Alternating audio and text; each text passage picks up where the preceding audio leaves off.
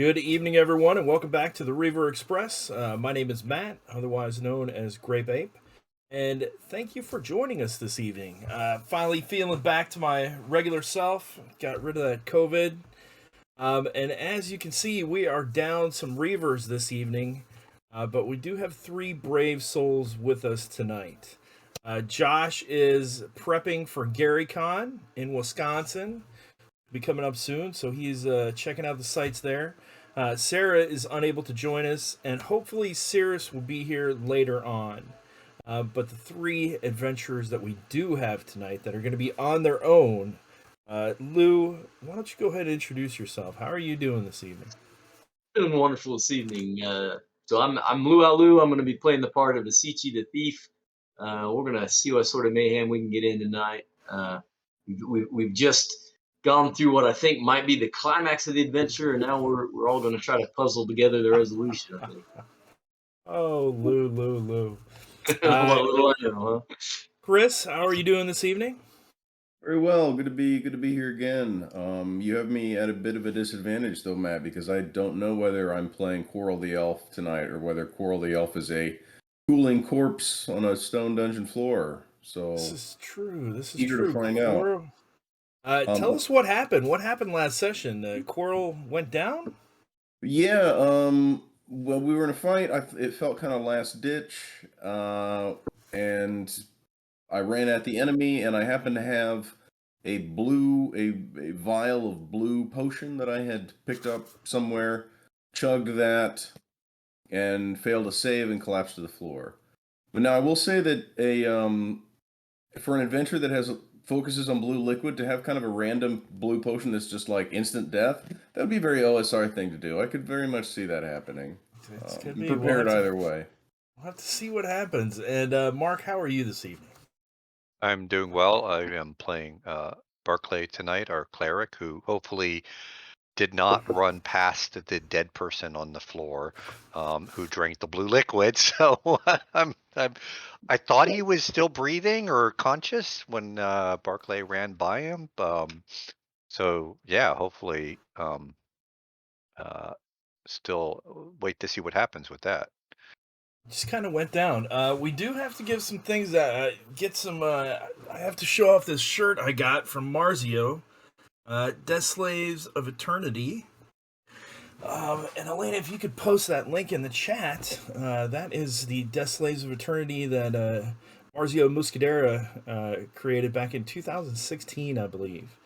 And his new Kickstarter, he sent me that as a little bonus for guessing his favorite kind of pizza, which is onions. I can't even remember. Onions and pepperoni, I believe. And mine is sausage and onions, so I was close enough. The other thing is I told my daughter that I would show the potion she got me for Christmas off on the stream. So it's got like kind of a flower petals in there with some glitter. And it says a drought of uncertain death, which is what it sounds like Chris might have drank. So this one's even got a little blue tint to it. So that is exactly the potion you drank, Chris. But we are back in the map, in the temple. They have just defeated Etienne, who is some kind of moon priestess that was under some kind of curse. They are in the temple in the Shroud of Fen, just north of Falun, or Fallon. Chris has me saying Falun now. But they've defeated all the mist priestesses, and what do you guys want to do now? Do you guys need a recap of the room that you're in? That wouldn't hurt. Yeah. I wanted to also give a quick shout out to the two old gamers, because I'm wearing my "What Can DCC Do for You" T-shirt from Two Old Gamers. Show it off. I got the black and the white one, so that is from Two OG Games, and we have a link for them as well that I will get it posted.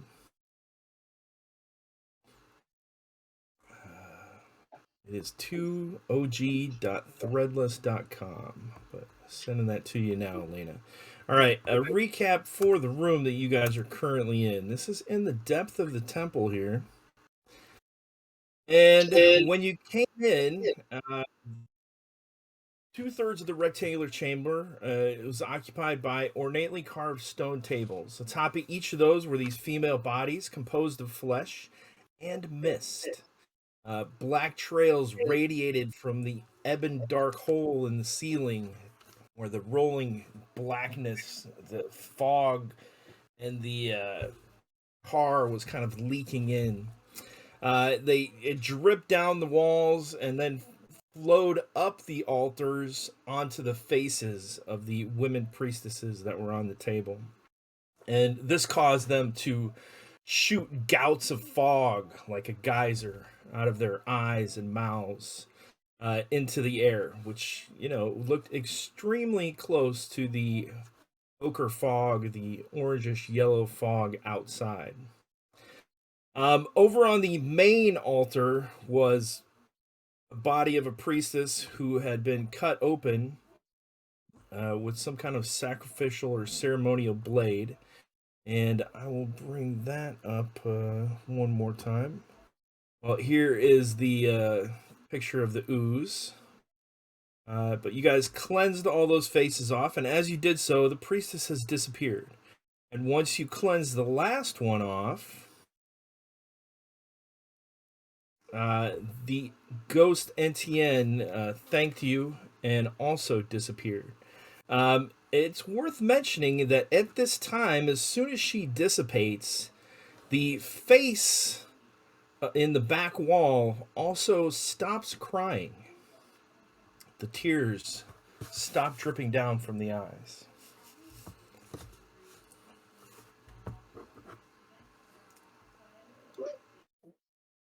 So, yeah, I think probably Orkley and I probably have the same. I mean, probably rushing to see what's going on with Coral if he's laying there gagging and kicking Yeah. through his. You rush over to Quarrel, fearing the worst, that Quarrel has perished. But you were happy to see that he is just in a deep sleep. Potion he drank knocked him pleasantly unconscious at an inopportune time, but he is alive.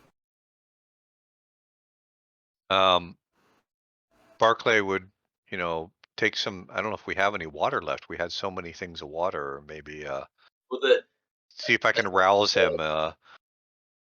Sorry, go ahead. Do Harpo and Chico still have water? I thought one of the monkeys did. I thought one of them used it, and that was the last one we needed. I think Harpo might have still had the water. All right, so See if I can wake up Coral and like splash a little water on his face. Come on, Coral. You okay? Wake up. Harpo rushes in just as he disappears with the last flagoon of water, splashing some water on Coral's face. Coral is immediately revived, and Coral, you are awake, unaware of what went on, but it looks like everything's cleared up. Tastes like monkey water. They're downstairs. What? Say again? You were very tired from this battle, eh? I must have just had to take a nap right at that moment. I don't know. Did you guys kill all the priestesses? Yeah, yeah. Is there any more goo in the room, or is all the goo cleansed? The goo coming down from the back wall is no longer pooling up onto the individual altars, and it just seems to be kind of, it's not actively flowing anymore, just what was already there is still kind of slogging down the wall. I'll point up at that. Is that like, did we win? How do we, there's still all that crap everywhere. What's the rest of the poem say? The poem you are speaking of, I believe we have a copy of it here, A Memory of the Past. Little moon who summons I, with our death I defy. Bring the mist, bring the fog, change the air, change the bog. As my blood stays, so shall yours, while mine corrupts as it pours. Yours must watch until I'm through, my curse it cannot undo. Until wooden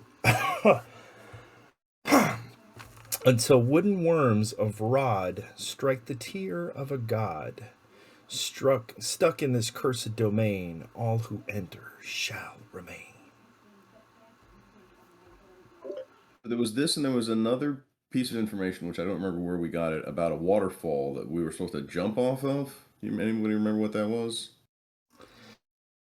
I think Yeah. that might have been a whisper from one of the ghosts. True. I know we had the conversation. We saw the phantasm conversation of the ghost talking about the betrayal of the sorcerer king, Segbas. No, I think this was before that. Maybe are you talking about the ghost in the moor or wherever it was? Yeah, the ghosts in the fen. I think you got some information from them. They were kind of whispering behind one of the characters, and they had whispered to jump off of Slowdown Falls. Hmm.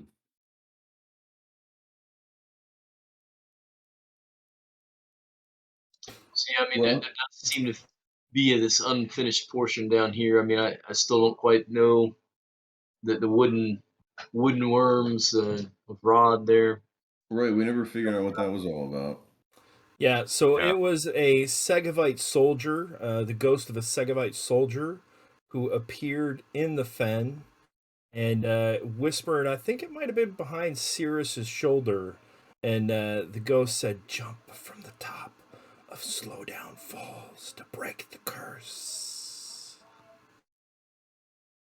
Okay. Which we never did find. It's still out there somewhere. Yeah. It's still out there. So while we're considering this, Barclay's gonna go pick up the head and the body that he had thrown around a little bit and bring it back up, and put it on the table.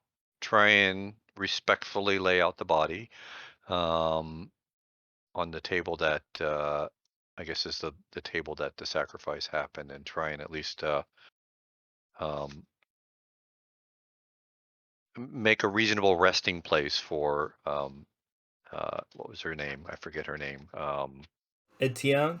Etienne's, yeah. I did kick her head before, but now I'm trying to at least respectfully put her body back in place. To bring it back in there as the final resting place and trying to dress it up and make sure that she has a place to leave. Daphne, Oraclee, and Agnar are quite injured. They are going to return topside to rest and recover and just wait for you guys to finish up down here.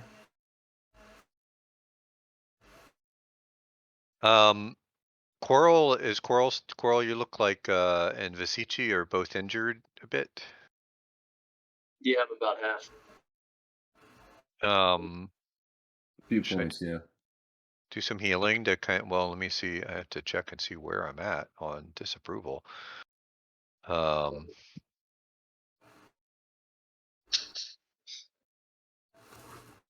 am at, yeah, so I can, let me try and heal you all up just to at least get you in better shape. While you're rolling some healing rolls, Elena, if you could put in the at your earliest convenience, we've got the link for the Escape from the Shrouded Fen from Purple Sorcerer, which we are in fact playing right now. Written by Terry Olson, who in the finale we will be giving away a autographed copy by Terry Olson. So that is some exciting news. We'll also be using some tokens from Oxio Art and Dragon Peak Publishing tonight. All right, what kind of healing rolls do we got? That one doesn't look too great. It's close though. I mean, it's only one luck point away. So I haven't, I don't know if this is still true. Do we still have the bonuses that we had before? I think, I don't know, I had done blessing and I had a +3. I have to remember to let me know when that's no longer good. It was good for an hour, I think. Yeah, it was good for a while, so I think it's It still was, got a little bit it going was on. good for an hour or two, and the animal summoning was only going to last 30 minutes. So the animals have just disappeared. So you have at least 30 minutes left on your blessing. All right, I'm gonna just try it again. Bump my disapproval up here. Well, that would be a 14, right? Did you already calculate it in? I have it in there. That's actually Got it. yeah, that's got the bonus in there. So I'll just rub my hands together. All right. Let me try with Coral. See if I can get you a Sure, you little. got this disapproval to burn there, buddy. You know, Carpessa is not really talking to me right now. She's kind of upset. So, um, yeah. So that is you are Chaotic. chaotic. So yeah, that's 2. 2 healing hit points dice. And then I'll Nice. go over to Visici and see, like, all right, maybe I can help you out here too. Oh yeah, and you get oh, you also chaotic. Yeah, I'm Yeah. chaotic. You're with the evil crew tonight, Mark. I know. It's Look, we like, don't hold all that goody stuff against you. I just want to let you know.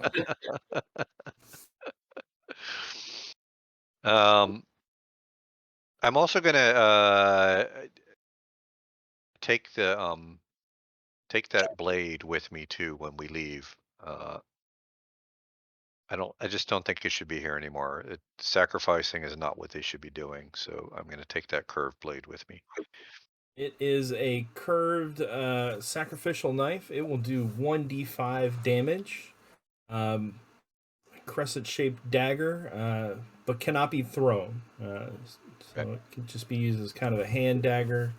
And it's in, it doesn't feel tingly in your hands or anything like that.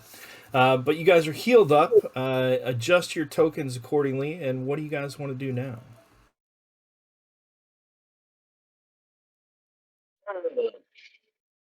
Yeah, I don't know. I thought about bringing some of the good water outside. Well, I kind of want to see what's going on out there. Whether the gunk is still there. It is the beginning of the round. So, Coral, if you could please roll me 5 find secret door rolls, and Visici, if you could please roll me 5 find trap rolls. Just for our viewers out there, I like to keep the mystery a little bit. So I have the players who are thieves and elves who normally check for secret things roll those rolls ahead of time. And that way, when they actually come up and ask me if they can check for something, I just have them roll a d5 and randomly select one of the rolls they've made. So there's still some kind of secrecy to it, but they can't really metagame. So, if they're like rolling to find a trap and it's a 3, they know there's no trap there that they would have found. But this way, they don't know which roll they get. So I kind of like it that way. All right. And what would you guys like to do now? I want to explore the face on the wall a little more. Okay.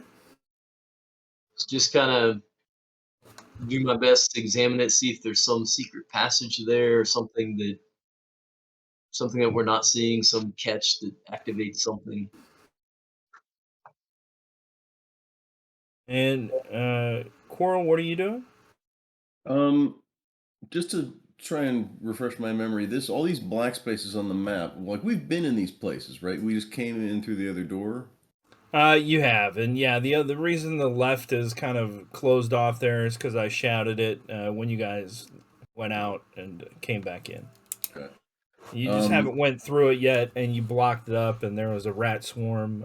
So right. I hid it so you wouldn't know where the rat swarm was.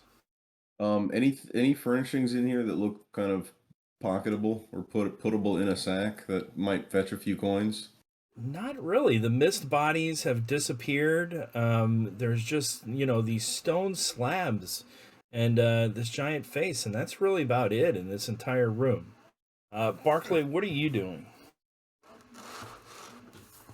Gosh, I don't know. The face is no longer crying, though, right? You did say that. The face is no longer crying. Well, I'm not going to head off on my own, so I'm going to stick around here. But I was thinking, at some point we may want to go and check that. Remember that black ooze thing that was coming out, causing trouble, that was down around where the rubble was. Yeah, I think that's what Chris was saying too. Is So, that the same thing, Chris, that you were talking about? Is the Well, I know one whole chunk of this pyramid thing is just ooze now, right? yeah. I don't know if we can get through there or not, but I was wondering whether what we did made any of the outer ooze recede. It kind of sounds like it didn't. So there's some curse still lingering. We might want to touch the hag again. Lou, as you're examining the face on the wall, you notice that the mouth of the face is very similar to the one that you previously encountered south of the bedchamber. Same kind of size opening. okay. That the little secret passage you guys found over here. Well, not really a secret passage, but it was hiding behind the curtain, roughly the same size as that. You know how only the dwarfs and the halflings could kind of squat down and get in there. Everyone else had to kind of crawl. You notice the mouth of the face here is roughly the same size. But take a look at this. Does this stone not look like it is about the size to block a portal similar to the one we crawled through back in the bedroom? You mean the one where the baby was? That statue that you Yeah. were? Well, like didn't you have to like get on the ground and act like the baby? Get on the ground, like act like the baby. See if it changes. I don't. You're mean- closer to the ground than I am. Kneel down, we'll kind of press on the chin and stuff, see if it'll move or push in. It feels solid. I mean, it looks like a solid wall. It looks bricks. You don't see anything that it would lead you to believe otherwise. The mouth looks completely sealed. Do the bricks look like they're newer than the rest of the construction? They do not. They look exactly the same. I'll get out my crowbar and kind of tap it in my hand. So, Barclay, you know of these holy things. If I go digging around in these, am I going to make some god mad at me, huh? Yeah, will I having looked at the book and the rituals, will I have recognized that this is a bit of a holy statue that is there when I was looking through the book on? It does look like the representation of the moon goddess's face, but you don't think that it's any kind of holy artifact or anything like that. I don't think it's anything. Does it sound hollow? And when he's tapping on it, does it sound like it's? The end of the crowbar. Are you tapping on it, Lou? Yeah. Give me a will save, please. You're tapping on the wall, and you hear tink, tink, tink, tink. It sounds like metal on brick.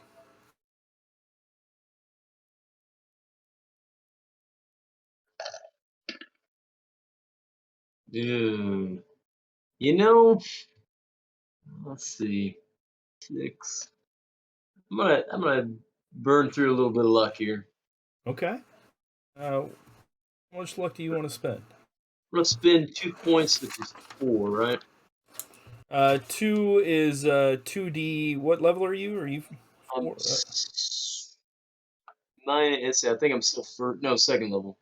Then it'd be 2D4. But it's 2 for each point, though, isn't it? No. You get to roll a D4 for each point that you spend. Yeah, that's right. Because you are a thief. 5, 6, it's 11. So that is going to be an 11, and I have you at 5 luck. Is that right? Don't believe so. I believe I'm at 8. Oh, Because I you are recuperate fast. definitely not at 8. What? Oh, where do these players keep getting all this luck Start from? off at 17 is my only stat. It's hitting good worth a darn, What? man. I had you at 7. I don't think I gave you the extra point, so you would have been at 8, but you just spent 2 now, right? So aren't you at 6? I will appease the DM, but I've been keeping pretty good track. We slept, I believe, 2 nights Sleeping. total, and I get 2 Yeah. back each night. All right, all right. So you're at 8 right now, right? That's what I got. Boy, I tell you what. Every game, you guys, you always sneaking luck in there on me. All right. With an 11, you don't notice anything odd that you wouldn't normally associate with exactly what you're looking at, a brick wall. You tap on it, it tinks just like metal on brick. It doesn't seem strange to you whatsoever.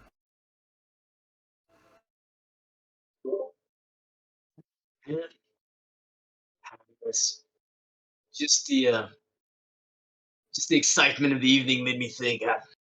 Perhaps there are no more passages. Let's go check out the goo. I'll stuff Well, the yeah. crowbar back in the bag. Before we go, so Barkley will get down by the face, in front of the face. The first thing he's gonna do, he's gonna get down and he's gonna like turn his back. I should put my character over there. Turn his back and then look up to see if he can say like, what is this face looking up to? And see, is there anything on the ceiling that the face is looking up at? Its eyes are gazed up. What do I see what does Barclay say when he sits down on the floor and looks up as if the face is looking up? You just see the ceiling. You really don't notice anything. There's no murals or any representations like there were in some of the other rooms. It looks like she is looking up at nothing. The ceiling looks completely blank. You imagine she may be looking up at the moon, if you had to guess. Yeah. So I'll also take I have the amulet, which is the crescent moon amulet. And I'm just gonna press it up against where the mouth is to see if it reveals anything. Right. You press it up against the brick opening of the mouth. And give me a will save. Let's see what happens. Playing with fire here. The brick feels cool to your touch as you set the moon holy symbol up there, and you have been calling out to Kayaset, who is the female manifestation of the moon god Shul, in commune with him almost, her a little bit. Yeah. And as you press the holy symbol up to the mouth itself, you're positive that something is clicking. The note that you found on the body of the deceased thief, where it says you had to crawl, we all had to crawl like a baby in the eyes of the goddess. Something clicks, and you have the premonition that you might be able to just crawl right through this wall if your belief is strong enough.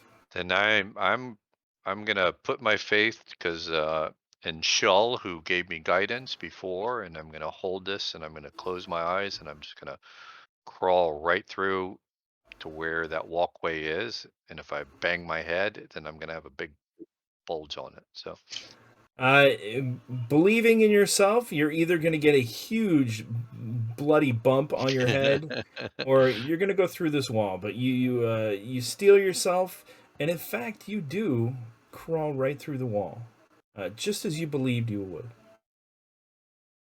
And Vasici and Quarrel, you see Barclay disappear into the mouth of the face. as I I told you. I'm imagining after I crawl for a bit point, I'm gonna be opening my eyes like, I didn't hit anything. Shull, I knew I could have faith in you. Opening my eyes, what do I see inside this chamber? Inside this, Vasici and Coral, what are you guys gonna do? Kind of Probably dumbfounded. run over and be touching the wall and be like, how did he do it? Where's the catch? Where's the secret passage? All right, and Coral. Coral's kind of looking at this, and he says, he'll address the face out loud. He'll say, "Hey, Moon Goddess, can you tell us how to lift the curse?" There is no response. On the other side of the face, and Vasici, you still feel the cold brick where the mouth is. Inside this small repository, this 10 by 15 chamber is laden with pieces of gold, weapons, armor, and other items that appear quite valuable, Barclay. Items that would distinguish themselves at first glance include armor made from wooden scales, a bow that is decorated like a snake, and a silver chain and shackles. Ow. So what are you going to do inside of there, Barclay? I'm gonna be saying if I look back, do I see? Can I see backwards, or do I just see it close behind me? No, you see Vasici standing at the mouth, kind of rubbing the open space, and you're like wondering why he's not coming in. Besichi, come in? What are you doing out there? And You should see Vasici, what's you in here. hear a voice from directly on the opposite side of the brick, and you're starting to think that something is fishy. This might not be real. How did you get through it? Like I said, crawl like a baby. Get down on your knees, trust the faith, and believe in Shull, and come through. Okay, Coral, after you, perhaps, huh? All right, let's give it a go. I'll get down there. Okay, Moon Goddess. I barrel through there. Now that you have seen and you kind of know the trick, you go right through this illusionary wall that is there. Closing your eyes and believing in the fact that you're going to go through, you indeed do, and you crawl right up into this pile of coins. Look at this stash. You did say stash. This must be the real treasure room. Try to follow them through here. Yep. Getting down, Lou, you also go through. And so you guys find yourselves in a little repository here with all kinds of treasure, perhaps given to the temple over time as offerings. There are 2 sets of tempered bark scale armor, and I will put all this in the loot chat later. There is 1 suit of chainmail. There are 2 suits of leather armor. One is dwarven size. There are 3 suits of padded armor. One is also dwarven halfling size. There are 2 shields shaped like large frogs. There is a snakebite longbow with 20 arrows. So it looks like 2 snakes coming off of each end, going up and down. There's a 2-handed sword that looks very sharp, with a hilt that is carved like a lizard. 2 silver hand axes, a long sword with a mustached dragon pommel, 1 mace with a boar-shaped head, a sling that looks to be made of frogs' knotted and interwoven tongues. Very unique. 20 sling stones. There is miscellaneous coins, about 100 gold pieces. There's a strange small golden box that has a little latch on it. 5 small sapphires cut into crescent moons. There is a moon mirror, kind of like a mirror with in the shape of a crescent moon. There are 5 feet of silver chain and shackles. There are 2 mithril quills, coral, and a large waterproof sack. Now, I say coral because you notice these mithril quills right away. And you've heard of these very rare artifacts, but you've never seen one. All elves have heard of them. This enchanted quill is used for elves. If elves dip the quill in their own blood and they write their full elven name on an iron-based object and then dust the object with the quill's feather, the iron turns into mithril as the feather disappears. Damn, we did it, boys. Look at this haul. Would Barclay know, thinking to himself, these are offerings made to the temple. His knowledge as a cleric, stealing from a temple seems to him not to be the right thing to do. Would he? I mean, would that the feeling he gets from seeing a horde inside of a temple? Give me a D100. Well, you do have the second sight spell, correct? I do have the second sight, so I thought about using that to see to be like, and I'll be saying to the guys, hold on, wait, hold on, like this is all great, but this is a temple. These were offerings, like. I fail to see your point.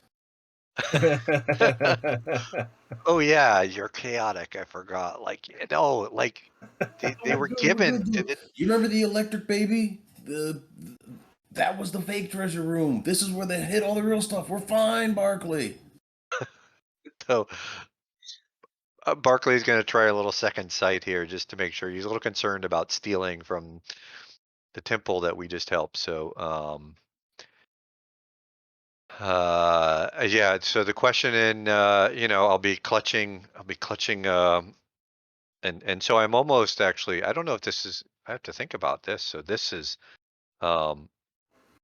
As a cleric, I cast spells calling on the divine of Carpessa, but this is Shull's temple, so I'm gonna hold Shull's symbol in my hand, and I'm gonna be thinking to ask this question of Shull. In this holy place dedicated to Shoal, you may roll a D24 as you cast this spell. Okay. Second sight, and do I have the +3? I forget that blessing. If that, so You that's do still have the blessing, yeah. So for those of you just joining for us, the group has hit the treasure mother load, and the cleric has said, "Wait a moment, this belongs to the temple. Don't touch it." To 2 chaotic party members. Let's see what happens. So I rolled a 16. 16. All right. To look that up. Second sight here. And was that on a D24? Yeah, it was. That was on a D24. Unfortunately, not the best.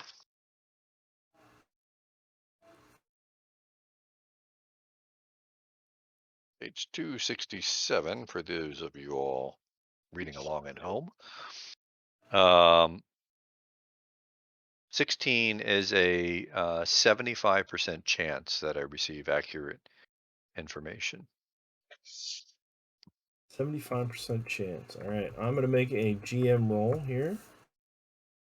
And so 1 to 75, the information is accurate. 76 to 100, it's inaccurate. Is that correct? Yep. All right, and roll me the D3 to see how this spell manifests.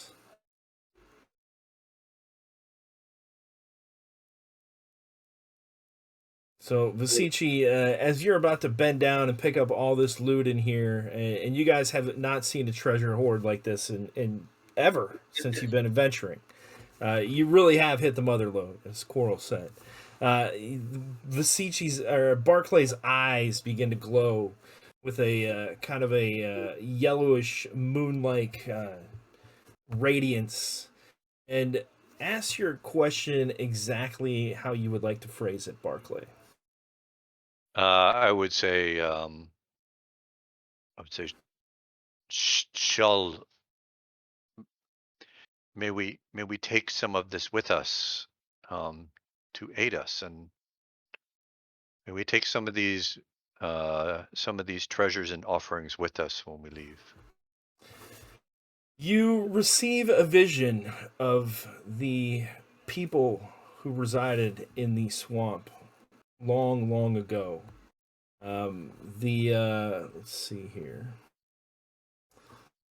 Where are they? Hold on.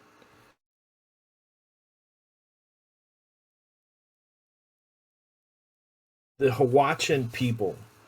And you see them bringing offerings to Entian, who was a moon priestess of Kayasent.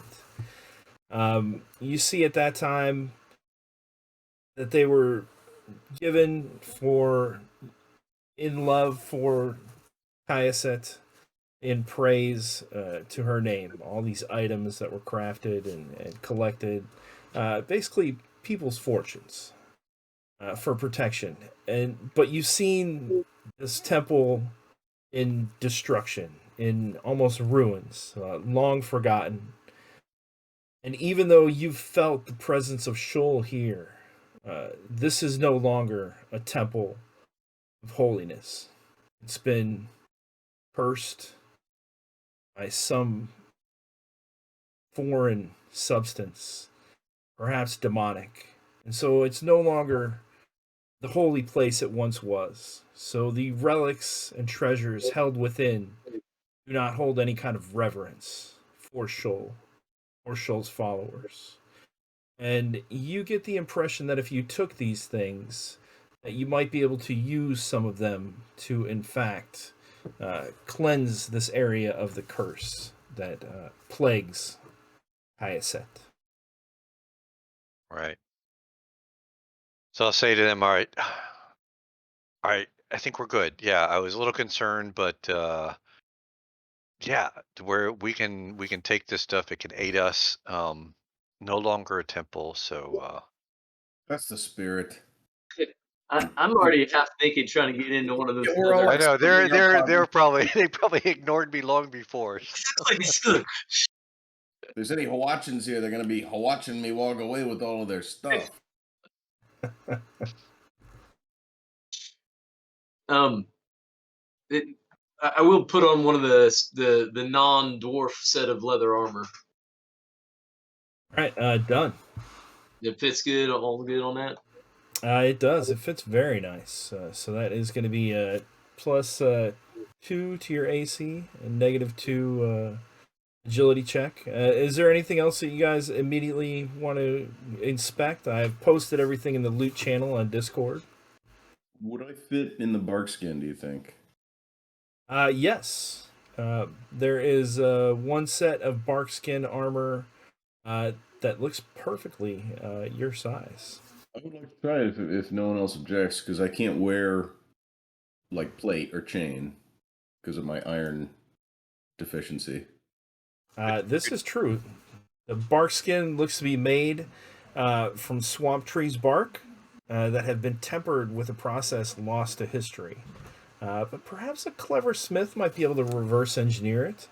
But the bark scale, is extremely hard. It will give you an AC bonus of +4, a check penalty of only -3 because it is lighter.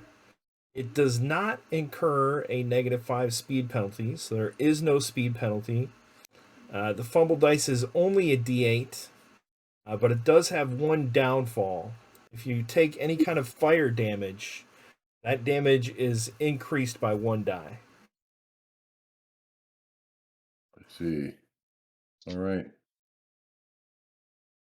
Barclay's going to go look at I guess the best armor here, which is the chainmail. and put that on, see if it fits him. It fits very nicely. So the chainmail would be a +5. +5 to your AC. -5 to your check penalty. It slows you down by 5 feet, making your movement 25. But your fumble dice is increased to a D12. But putting on the chainmail shirt, you just feel protected. Feel almost invincible. That's -5 speed, you said? Yes, sir. Thank you. Anything else you guys would like to check out? I'm gonna look at the bow with the snakes, not for my personal interest necessarily, but is it made of wood? It is made of wood. It's decorated to look like a two-headed swamp snake, one snake head coming from each end. And it does tingle slightly when you touch it. Your fingers tingle a little bit as you caress the well-carved wood.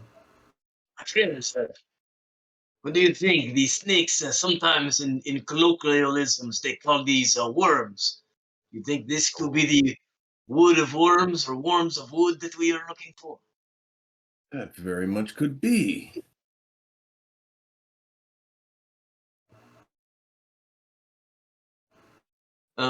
Is it But the strong cur- and everything, or does it need strong? No, it is already strung. The tears are not crying anymore, though, right? Yeah. This is correct. The tears are not crying.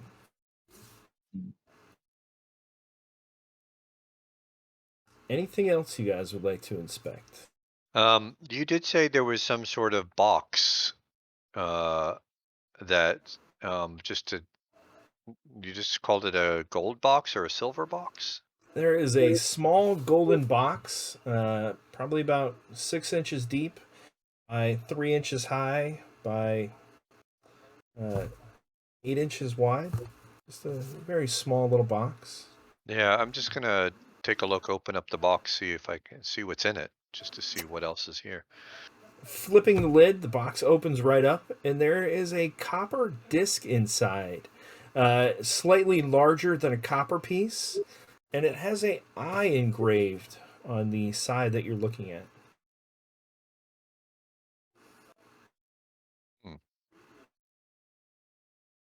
I'm just gonna rub my hand over the coin, just see if I sense anything coming out of it as I'm kind of touching around the eye and touching the coin, the It disc. feels cool to the touch. Otherwise, there's no other sensation. All right, I'm gonna take that at least for later inspection on something, but I'll leave it in the box for now and take it with the box. Okay. Is anybody else interested in looking at the coin?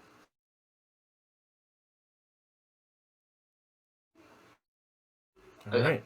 Yeah, probably Wait, too. you said it has it's a disc with an eye, with like an eye engraved into it? It's got an eye engraved on one side. I'm gonna Anything on pull the up. other side? Say again, Coral. Is there anything on the other side? Are you gonna reach in and flip it over? Oh, I thought Berkeley had already kind of touched it, and handled it. He didn't handle it. He just rubbed his hand over the top of it. I'll pull it back out and lift it so that we can look and see what's. Flipping it over on the other side, there is the back of a head engraved on the other side.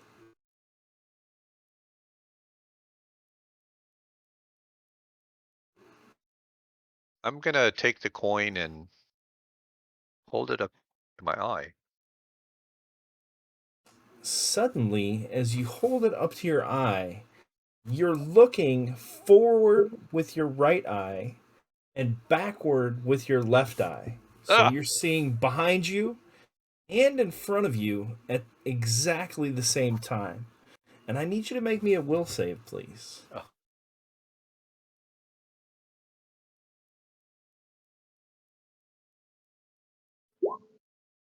do you want to stay on 11?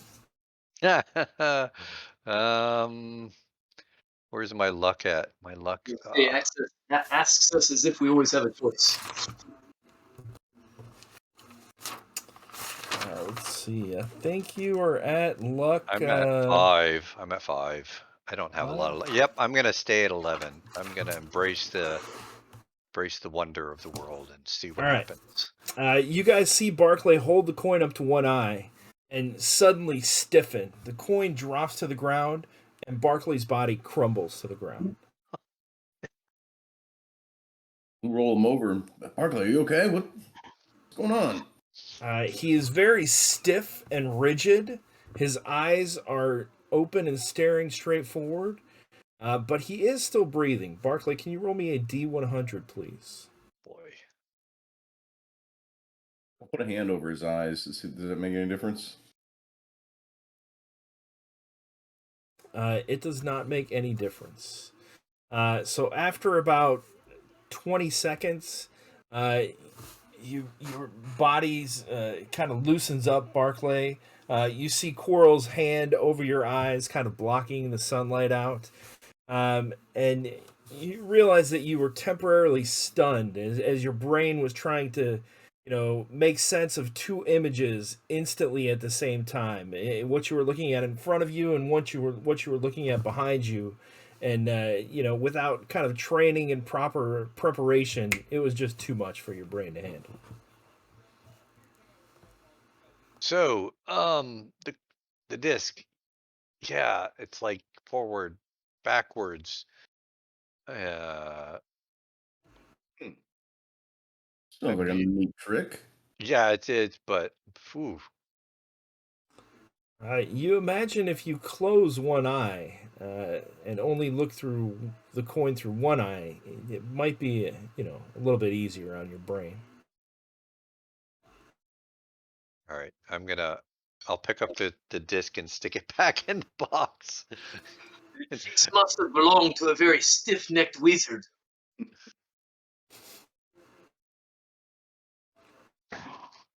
So All right. did you tell us the part about there's something in here that will help us clear the curse? I thought I heard that as being said, but I don't know what thing it would be. I said these items may aid you in trying to clear the curse. I see. What was it, a sling that had all the frog tongue things? What was that thing? So there is a slingshot in there that is made of knotted and interwoven frog tongues.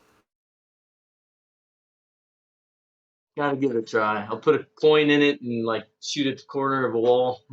I mean, it is very springy. The frog tongues have not lost an ounce of their elasticity, even being here throughout the ages. And the coin fires, and ding, ding, ding, ding, ding, ding, ding. It's very nice. Nothing extraordinary happens though. Go ahead, Chris. Sorry. Do the axes look like they could be used as throwing weapons? Absolutely. Yeah, 2 silver hand axes. They are balanced nicely. I'll pick those up. Okay. I'm gonna look at the Barclay's gonna look at the mace with the boar's head, just seeing how it feels compared to his trusty mole mallet. It feels very cool. Again, it's a weapon that hasn't seen use for quite a long time, and as such, it feels cold in your hand and not familiar like the mole mallet.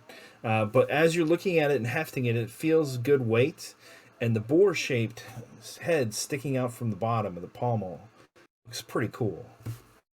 But yeah, there's you don't feel any other kind of tingling sensations on anything else that you've touched. Perhaps they've just been sitting here too long, or whatever extra abilities that they may have once had have long since disappeared. All right. I'm gonna hold on to that mace. It seems like it might come in handy. Give it a try. Earl, do you actually have a bow and arrow given your name?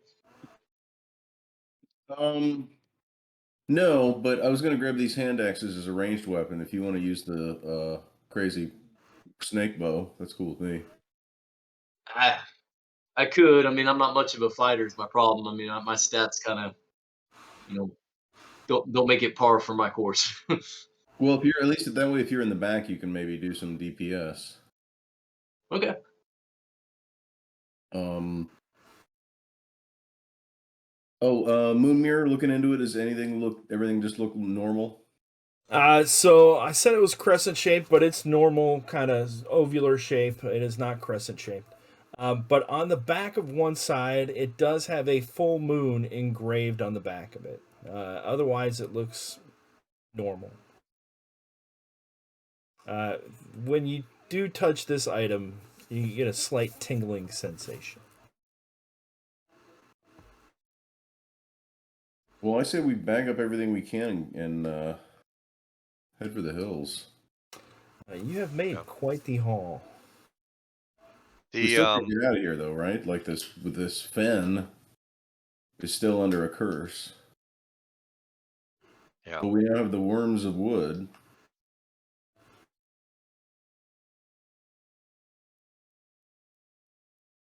All right, so you guys heading up? Before I head up, I just one last check on the body of Etienne. Are there any is there anything else on the body besides whatever robe it was? Is there any jewelry? Is there anything like that? A ring, a necklace? Any item? No. There's nothing else on the body.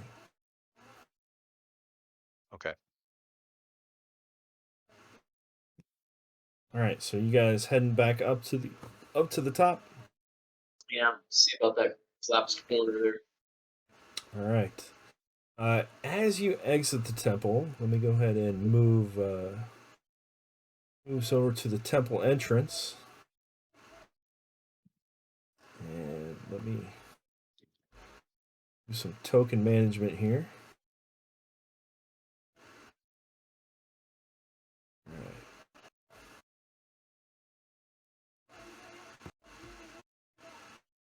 You guys exit the temple. You note that the ochre fog is substantially thinner.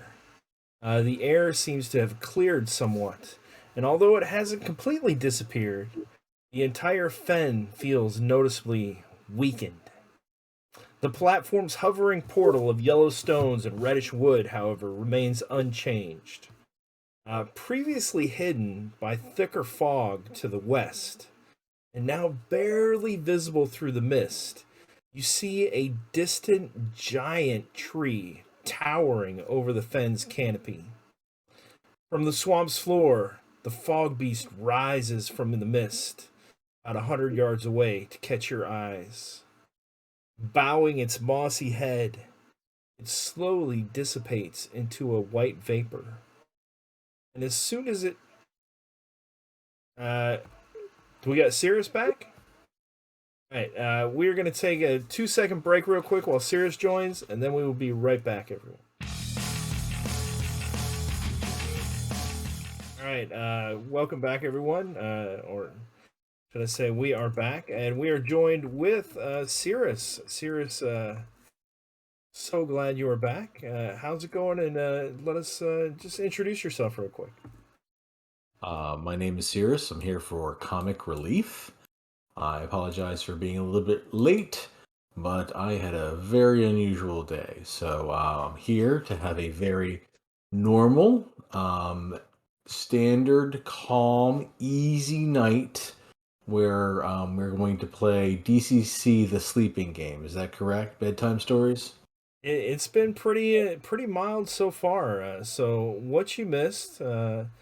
if you look at the Roll20 here, they found a secret passage behind the face in the wall. And they entered a small treasure chamber right to the left there.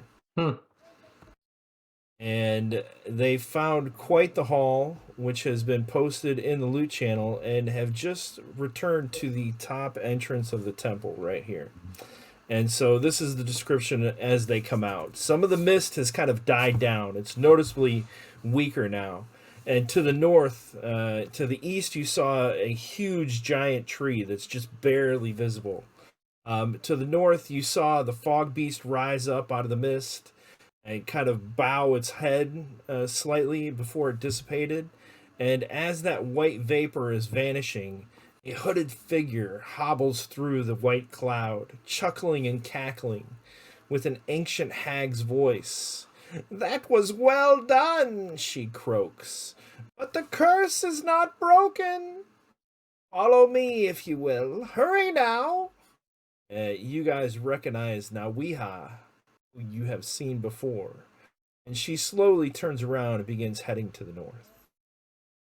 Mhm. You can see Coral. I know you wanted to check on the status of the black pool. The black pool is still there and it is still bubbling. And it doesn't really look any different. But there is no longer any ochre mist shooting out of the one corner, the northeast. Well, we may as well follow along. We're not getting out of here until that old hag says so. And have we are we considered to have picked up and somehow we're carrying all this loot, correct? You are carrying all the loot so far, and just to give you a quick overview, real quick, Cirrus. Quarrel has the stuff marked. He's got the hand axes as well. Get it all written down yet? Oh, I see the overall list. Yep, I see the overall list. The And just to recap, do we find my 13 missing points of luck here and about the 30 points of missing spell burned ability scores here as well? I'm just wondering. Not yet. Mark, do you want to tell him what happened when you looked at that small gold box? It has a disc in it. Oh yeah. Oof. There's some magic thing. Maybe you can deal with this better than I can. Um, it's a coin and it's got an eye on it and a head, but if you look through it, like you look backwards and forward, and it was just like too much for me to deal with. And I kind of passed out. And I'll show him the box with the coin.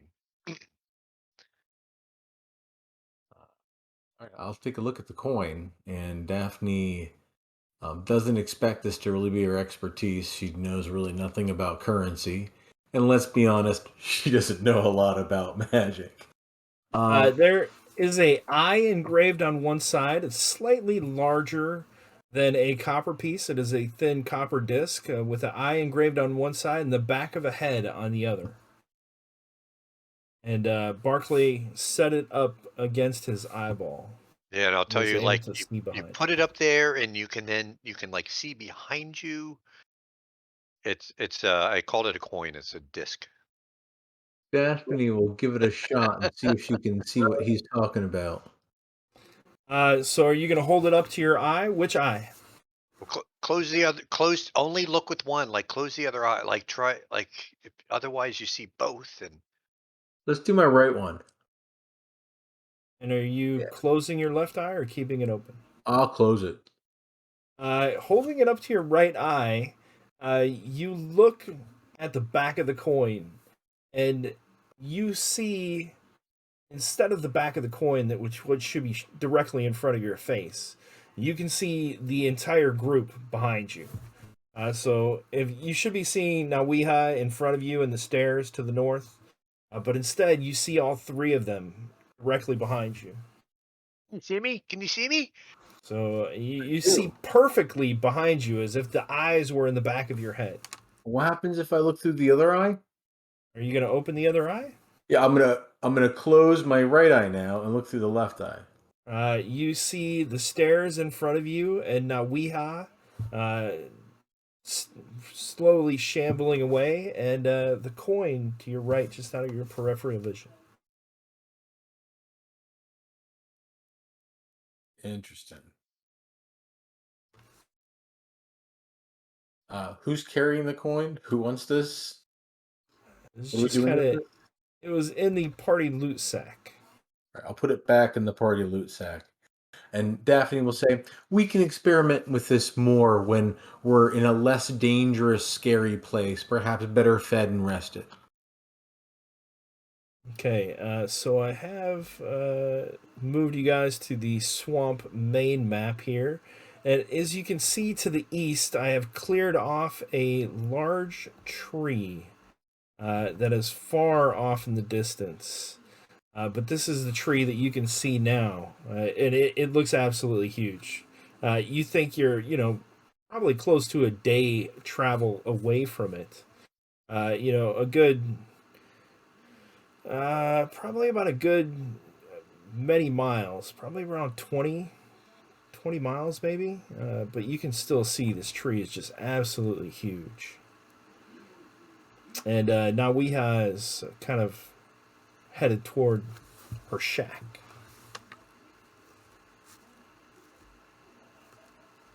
Are you going to follow her? So we did it, guys. We beat the curse. We follow her and we go home now, right? Be nice if it were that simple. I somehow don't think it is. But I did have an idea for a real good scam we could do with that coin. Like you blindfold somebody and then you put somebody else back there and you say, "How many? I'll bet you 3 gold. You can't tell me how many fingers I'm holding up." I'll workshop it. We're gonna find some uses for that coin.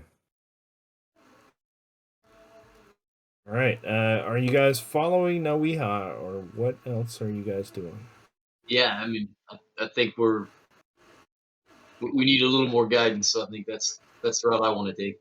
But this tree is not the direction she's taking us. This tree you're talking about is a different. That is correct. The tree is to the east. She is heading toward the north.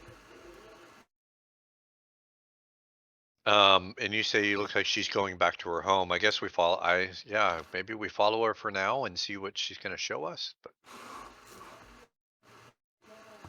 Yes, I think she's going to say.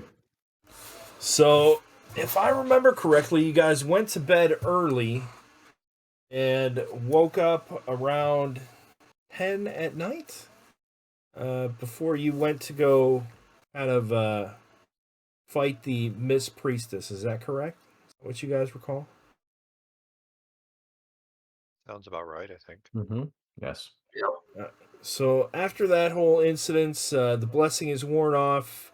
You guys collected the treasure. You've kind of collected yourselves, did a little bit of healing, maybe ate a little snack. So mark off 1 rations off your sheet. And when you guys run out of rations, please let me know. And you should also be marking off 1 water skin. So if you do not have any water in your water skins, you'll be getting quite thirsty. So you may want to replenish those before you leave from the pool. So you would be able to take time to do that, but it's probably around midnight. And the sounds of the frogs and other whispers in the darkness of the fen, it doesn't sound like a very friendly place.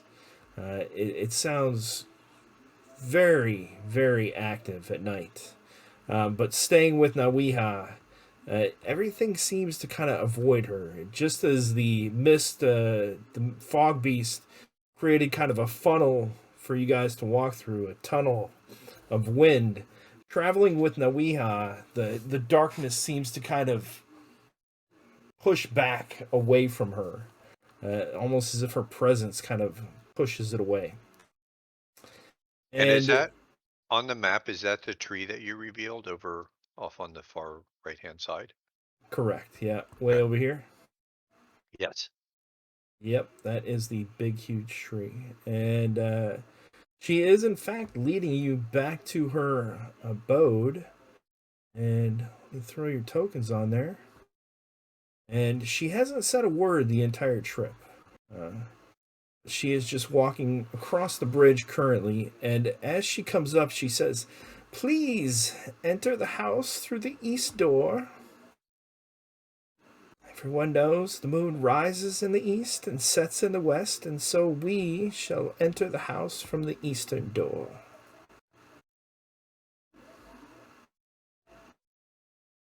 And she opens the door and goes into the house.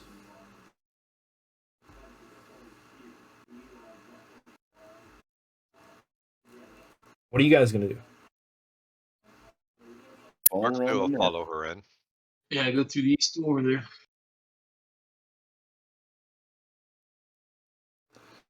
All right, let me clear this off. You should be able to move your tokens. Agree. Guys, I think at one point we had a theory that she was the mother of Etienne. Or did we have actual evidence of that? No, she's the daughter. The hag is the daughter. The hag is the daughter, if I remember right, of Etienne, who sacrificed herself. We have some sort of journal, right? Yeah, we have.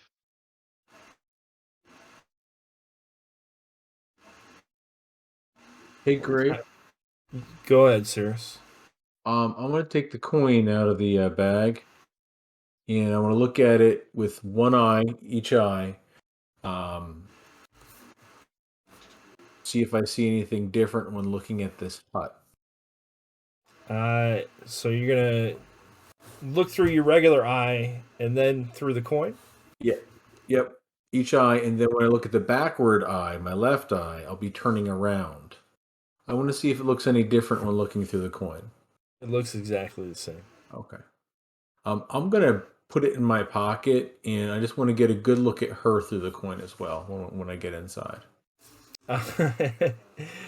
So I guess you kind of turn your face to the wall, which could be expected. You turn your back to her because the inside the room as you enter, first you can see the hag, kind of the full brilliance of the light inside. She has a very narrow face, squished between wrinkled ears, and seemingly stretched from chin to crown by invisible hands. The center of her forehead features a large compound eye that one might find on a giant insect. And her two normal eyes have the swirling gray irises of blindness. And yet she traveled easily through the swamp back to her house. Greasy white strands of hair snake across her otherwise bald head, and abnormally long fingers extend from her hands, 4 on the right hand and 7 on the left. She hobbles as she moves, subtly dragging her right foot, and something unseen moves beneath her robe, almost as if a large serpent is constantly writhing around her torso. Scrapes of fur and bones and pieces of different animals hang from her numerous ratty, well-worn belts. And now you can see her completely as you step inside the light. And I'm pretty sure we got a... Oh yeah, here's our handout. So we'll bring that up so you guys can see it. And just a refresher on what her house looks like, and for the viewers, we'll bring that handout up as well. So as you enter in the first room of her home, coming up to the house, a large island splits the river's black tributary. A stone arch reaches over the tributary's branches. An oddly shaped hut fashioned from wood and clay rises on the stilts in the center of the island. Despite the home's bizarre appearance, the smoke rising from the clay chimney brings a small smile to your face. Is it madness to hope that this hut might be a place of refuge in this cursed fen? And entering the first room, the pentagon-shaped room has 5 walls. 2 adjacent walls have open doorways leading to other interior rooms. Through the openings, though the openings are curtained by a riot of reptilian skins in between each. The walls flanking these 2 have doors leading outside, and the 5th wall is adorned with a collection of bones, only a fraction of which are from creatures familiar to you. Under your feet, burned into the floor's center, is a mosaic showing the sun, the moon, and various animals in a twisting but interrelated pattern. Furs cover the floor around the diagram, and a small black statue of a cat snuggling up to a stack of books sits in the corner of the room. And she sits on some of these furs and beckons you all to join her. So, Cirrus, as you turn around and look at the wall, kind of examining some of the bones, you look at the hag through your eye coin, and she looks exactly as she does normally. Does she look any better if I close both of my eyes? I mean, it is. You definitely don't have to see her face then. And this is kind of what is burned into the floor right here, this mosaic. And she says, "Well, I did not expect you to be so successful. Congratulations." Coral, do you sit down? Yeah. Barclay? So sorry, this last picture you Fortune or Folly, is that a rug or could you It start is explaining? engraved into the floor of the hut. So it's kind of like burned into the floor. Not engraved, but burned into the floor. And she's sitting on the floor? She is sitting on the carpets, the furs outside. So there's furs in a circular pattern around this. Yeah, but Barclay will be careful not to sit inside of that. Okay. So you're going to sit on the furs outside. Vasici, are you sitting down? Yeah, I'll And sit down.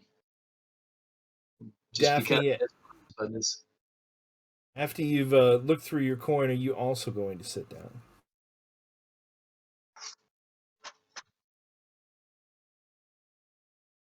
Daphne?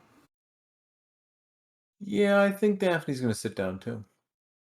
All right. So as she sits down, she says, "Well, you have done well." And she quotes the poem to you guys one more time. Um, so she reads the entire thing, and then at the end, she says, "Little moon refers to my mother, Etienne. My people have lived here thousands of years ago now. Quite a long time. The Hawachans lived here, but were invaded by the Segavites, and the war soon turned against us. My mother sacrificed herself in a ritual pleading for supernatural aid to defeat the invaders. But since she had promised on the swearing stone no violence and peace, she broke her solemn vow, and a mist demon, the Belebub, answered the summons. Ildvir sent the hero Solach and slayed the Belebub, but died in the battle, which was at the temple. Part of the destruction that you see was from those two fighting each other. And where the demon went down, his blood flowed and makes up the Black River. You must defeat the curse, although I know not how this happens. But I am still here because of the curse from my mother, as all who enter the fen are trapped within."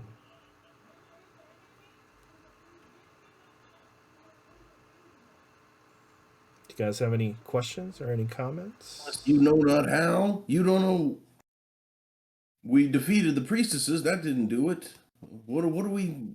The bog beast looks like he vanished into thin air. Give us a clue here, lady. I know not how to clear the curse. But I know from my dreams that the swearing stone must be shattered, but I do not know how. What is this swearing stone? Where is this? The swearing stone is south of the great tree. And just to move you back over to the main map real quick, she will etch out on a piece of paper various locations, the temple being one of them, and the swearing stone down below the tree. So if you look to the east where the tree is, south of that, she says that is where the swearing stone is. The swearing stone must be shattered for the curse to be lifted fully. But I know not how to achieve it. And what can you tell us of this great tree? The tree has been in the swamp from before the time that my mother was the moon priestess. It has always been a great artifact of our faith, but the demon, Debeleb, corrupted the tree. This was the first place when he was summoned that he defiled.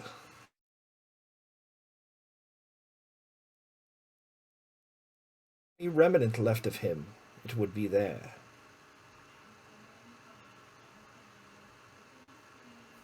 What's this depiction on your floor here? It's funny you ask. With this picture on my floor, I can tell your fortune. If you choose a bone from the wall, throw it on the floor, starting at the snake's head in the center. I will tell you what your fate is. Would you care to try? Fire treats, huh? Why not? I'll get one of her bones there and give it a toss. All right, so putting the bone right on the snake's mouth right there in the center, you give it a spin and roll me a d14, please, Lou.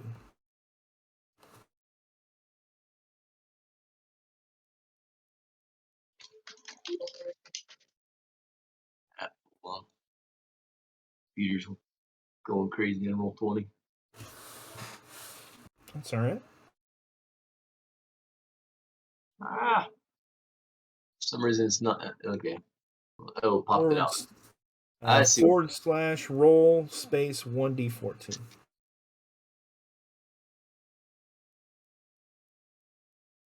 6.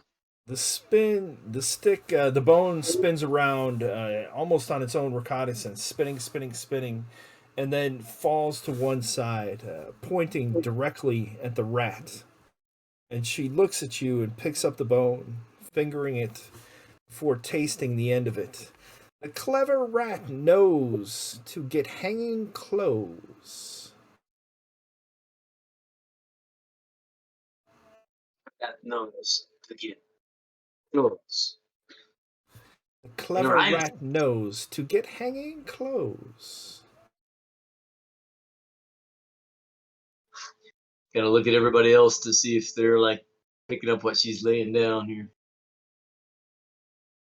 Sounds like she's advising you to get a suit to get hanged in, Visici. That's not a very nice fortune.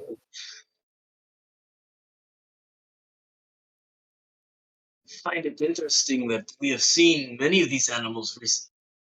The boar's head on the mace, and the snake upon the bow, and the rats and the frog tongues.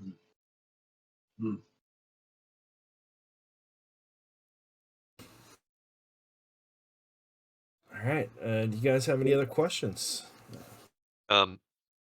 Barclay will grab a bone off and see what it is. So let me see if I can find another riddle that might help us, and he'll,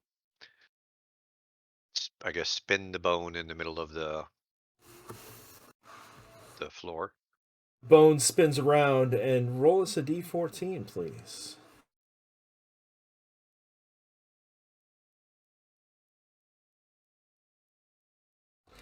And a 10, she picks up the bone and once again kind of fingers it, rubbing it back and forth in her hands. And she looks at you directly in your eyes and says, I'll tell you your fate right after this break. And we will be back in about 8 minutes, everyone. We're going to take our break for the night, and we'll be right back. welcome back to the Reaver Express, everyone. We are in the Shrouded Fen, and Barclay has just picked a bone off the wall and spun it in the center of the burnt images on the floor. And it points directly at the sun. And she looks at you and she says, "If to the stink you bring the sun, there will be none."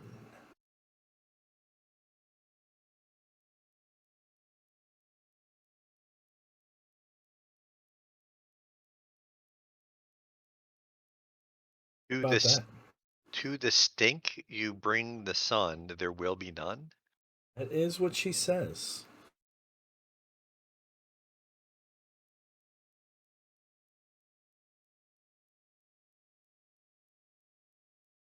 I'll look at I'll look at Eat every now and then, eh? Get I'll them look out at of the Mizichi and be like, I don't. Yeah, I don't. Very cryptic fortunes. But she says, "Well, you're welcome to stay here for the evening and rest. And you're welcome to food as well. You'll need your strength if you're going to get rid of the rest of the curse." Well, you should know that Etienne has been freed from her um, misgiving of the curse on her side. Your mother has been set free. Thank you. I appreciate it. Her soul was trapped in that temple for far too long. And she was only trying to do what was best for her people. So Daphne says, I really could use some rest. I would like to take her up on this offer of being put up in this gorgeous hovel that she calls home.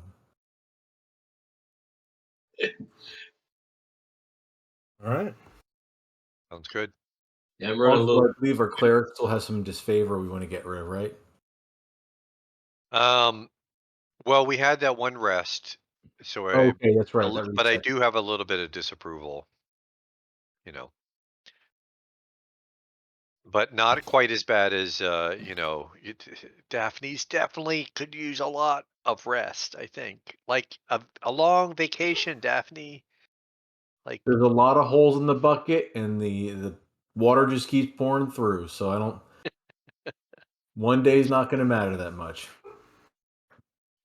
Well, she takes you to the room to the west, and she says, "Well, here, sit down." And there's a crude table and chairs in there, as well as a small cook stove. This pentagonal room contains a simple clay oven. Directly opposite is an open doorway draped with various snake skins, the one you came through. Warmth radiates from the oven, along with a sickly sweet smell that wafts through the room. A window is in one wall, curtained with skins, and numerous wooden bowls, plates, and other implements litter the floor. So there is not, in fact, a table or chairs there. It seems like just kind of sitting on the ground, kind of eating. But she does have a bowl full of some kind of substance that she will spoon out into a bowl if you guys are feeling brave or hungry. Yeah, I'll partake because I'm running down to my last rations here. All right, you can replenish a ration that I just made you eat previously if you would like to eat the food here instead. And as you're looking through it, Lou, you're pretty sure you see some beetles in there, maybe some leeches. You're not really sure. There's a lot of dark forms and shapes in this soup kind of stew. But you tentatively take a bite, and it tastes pretty good. Oh, Daphne politely declines. Whoa, whoa, whoa. I'm down a ration. All right.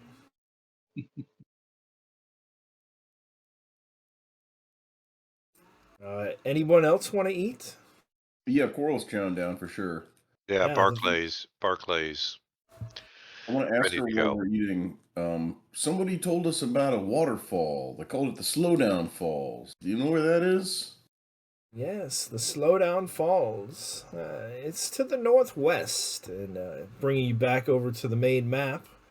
I will clear off an area for the Slowdown Falls. It is going to be right there in the northwest, and she also designates one more area for you over to the northeast. That she says there are two falls in the Shrouded Fen. The Slowdown Falls, which is to the northwest of the fen, and the Waterfall of Tears. Now, Coral perks off a bit at this. He's like, now, wait a minute. Maybe those were the tears from that the worms of wood have to pierce. Hmm. Maybe we had the wrong tears. Wooden worms of rod. I still think that an interpretation of an arrow is very appropriate there. My good friends, you were resting and did not see. I unshoulder the bow with the two snakes entwined. Now, it may be way off from the truth, but perhaps these snakes are considered worms. We found this bow and arrow with these snakes, and it feels like it's magical. Strike the tears of a god. Blah blah blah blah blah. So let's go and shoot stuff into the tears. Yeah, that makes perfect sense. Daphne's behind that. Either that or go try and bust the unbustable rock. Getting rid of the curse, you must shatter the swearing stone. It must be shattered. I do not know how. So this hag says that shattering the stone breaks the curse. However, that does not match up with anything that is on that clue that we have. Maybe the swearing stone. Maybe you have to say the worst swears you can think of. And if you can say a bad enough swear, it'll shatter. Well, another hour of contemplation and food and drink. She does give you some filtered water that has got a little brownness to it, but tastes really good. And she passes through the main common room one more time before she shows you where the sleeping quarters are to the northwest.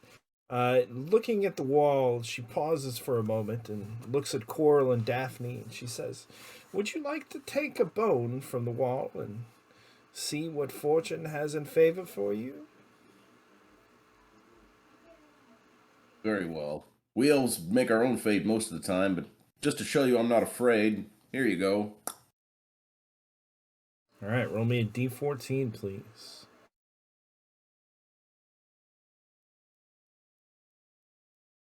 14. The bone spins around, and it stays up for an unnaturally long time, kind of spinning where it looks like it should be tipping and falling, but it kind of makes these wide looping things before it falls, pointing directly at the frog. And she says, "Ah, the frog. There are many in the swamp. Bugs are good, but guard your wood."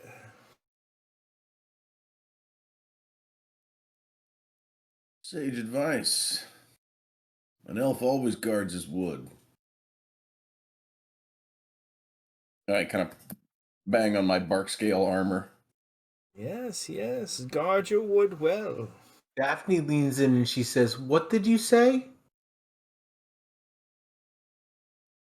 To Chris, your character. Oh. She said, guard your wood. And I said, the bark scale. You remember the thief's note with the bark scale? We found it. Yeah, okay, thank you. Daphne seems to be snickering for some reason. All right. Well, why don't you throw a bone then, if it's so funny to you? Sure, I'll roll one of these bones, and she takes out Fred's crowbar and she uses it to hook one of the bones off the wall. And then she'll use the crowbar to kind of toss it on the floor. All right, roll me a d14, please.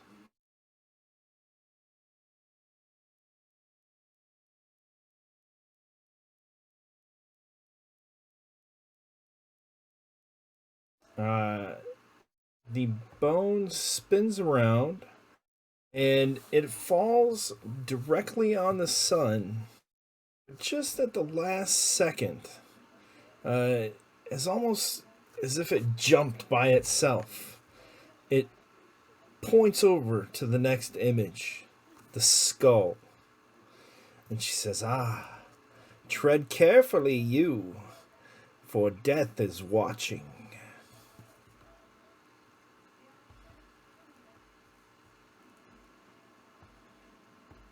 Well, good night.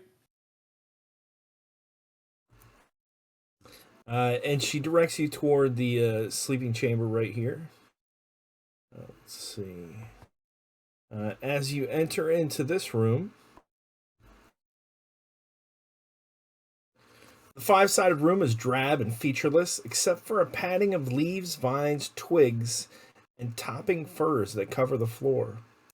3 walls each contain hide-covered windows, and one wall has an open doorway draped with familiar reptilian skins that seem to curtain all the doors in Nawiha's hut.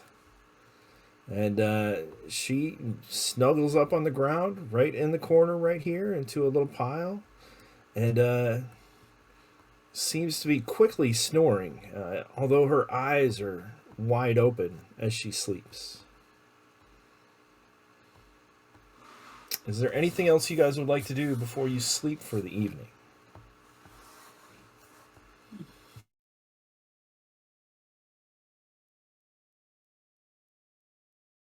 I can't think of anything. Barclay?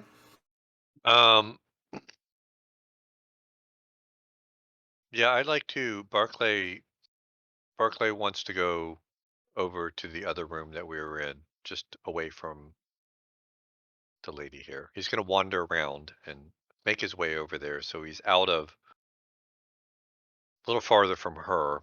And I'm going to cast second sight, Okay. and the question I'm going to ask is she telling us the truth about the curse and the stone? Okay, so roll that for me. Vasici is bedding down. Coral or Daphne, is there anything you guys would like to do before you go to sleep?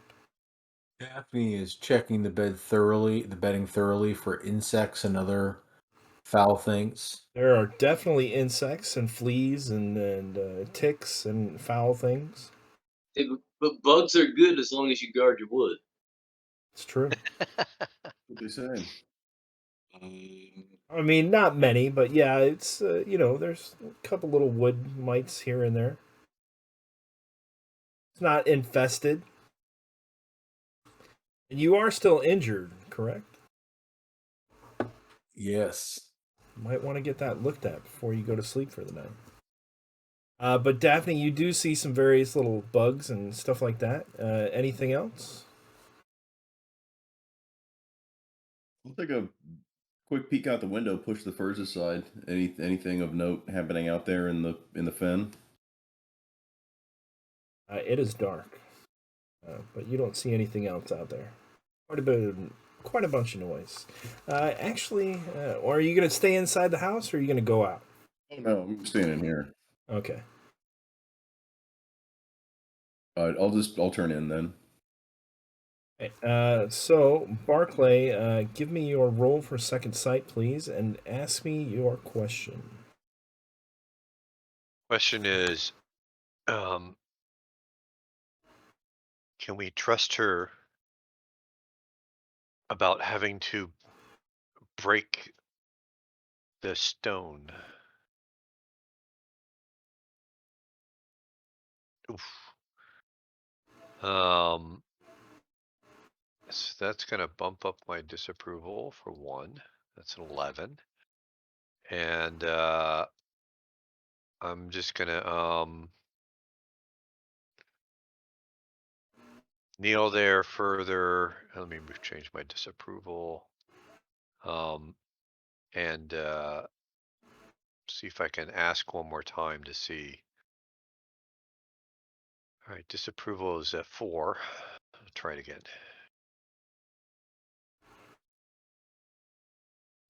Second sight. Please, we need to know. Is she telling us the truth? Do we need to go and shatter the stone? Sirius, you see, are you going to get your wounds checked out, Sirius? Well, I think the only other clerics we have besides the one trying to commune with their god are going to bed right now, so Daphne wouldn't disturb them. You do not have any other clerics, so. Chris, I thought one of your guys was. Chris does have a cleric, but that cleric is back in town. Chris. I tried to play 2 characters. It didn't fly. All right. That is going to be. Plug them in next time. Put them in the bag. That is going to be another failure, as if your prayers just aren't being answered. Does Daphne pick up that this is not going so well? Like, is it visible that the disfavor is mounting for Barclay? No, not from where you're at. You have no idea what you hear, some murmurs of praying going on in the other room, but Barclay seems pretty occupied, so Daphne is going to try to find some place of. Is there anywhere that's cleaner in the hut? Cleaner is a relative term. There's furs everywhere, twigs, branches, leaves, hay. All right. So Daphne's gonna put down some of her own bedding over top of that bedding and try to make the best do of it and just forget this ever happened and go to sleep. All right. Barclay, everyone else is bedded down. Are you going to continue to commune with your god? May I remind you that three failed spells in a row. I'm going to have to find the rule, but I believe that incurs immediate disapproval, regardless of what your score is at. I think it does too. I think, I think he's just going to go call it a night. Like, it's just not getting it. Perhaps I just need to rest, and he'll go and bed down with the rest. The night goes by quietly, fairly comfortably. You guys, from going to bed so late, you wake up a little bit later than sunrise. Probably around 8 o'clock in the morning. Now Weeha has already woken up and has cooked some breakfast for you, which is waiting for you. Some kind of peppered, it's like some kind of flour that's got little black specks in it, that's used to make some kind of bread, and some kind of very dark purplish colored jam to put on the bread. Not really sure what that's made out of. But are you guys going to eat? Is anyone not going to eat? Does this look any better than what was for dinner last night? It does look. You don't see obvious, beetles or slugs in there. It looks like bread. Very dark pieces of peppering or spices or something in there. Some larger than others, but it does look like a slice of bread with some kind of very dark jelly-like substance.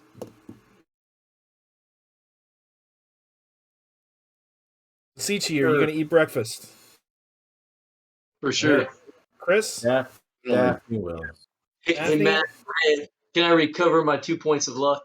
Yes, you recover 2 points of luck. Chris, Mark, Cirrus, and Lou, if you guys have lost any ability score loss, you would also recover 1 point of that. Cirrus, you will recover 2 hit points as well, which means you're at 7, correct? On my character sheet, it says 2, but the mini it says 5. I'm going to say the character sheet is correct and say I'm up to 4. And correct the mini. I had you at 4 hit points on my sheet, so we'll split the difference and say 6. So I would have recovered 1. I was down 1 hit point, so I'm back up to full. Although on my sheet, I honestly don't know why I'm down 1 agility point. At 12 instead of, unless that was from, I've died so many times, like it could have been, I think it was maybe one of those times. So I don't heal, like I can't spell burn, so I'm guessing that's the only thing that it came from. This is true, and if you have Yeah. lost a stamina point from dying, then that will not recover. Yeah. So there should be a little box on your character sheet. If you do ever lose points from stamina loss, just make a note in there. Yeah. Well, Mark, did you say stamina or agility? Oh, my stamina is at 4, and my agility's down by 1. I just don't know why the current score is not the max score. Is kind of weird. I think it's just me bad record keeping. So. All right, so the day has broken. What are your plans for today? Did we, over breakfast, I'm going to ask her, you maybe went over this. Did we get the history of the swearing stone? Was this where the kind of accord between the Shul cultists and the kingdom people? Sagavas. Over breakfast, she tells you a little bit more about the history and the story of her people. The Hawachan people lived in the swamp and worshipped the lawful moon goddess Kyasit. Segava, a chaotic sorcerer king of the surrounding Segavite kingdom, broke his treaty with the swamp people. The Segavites invaded the fen, slaughtering the Hawachan. Victory seemed certain.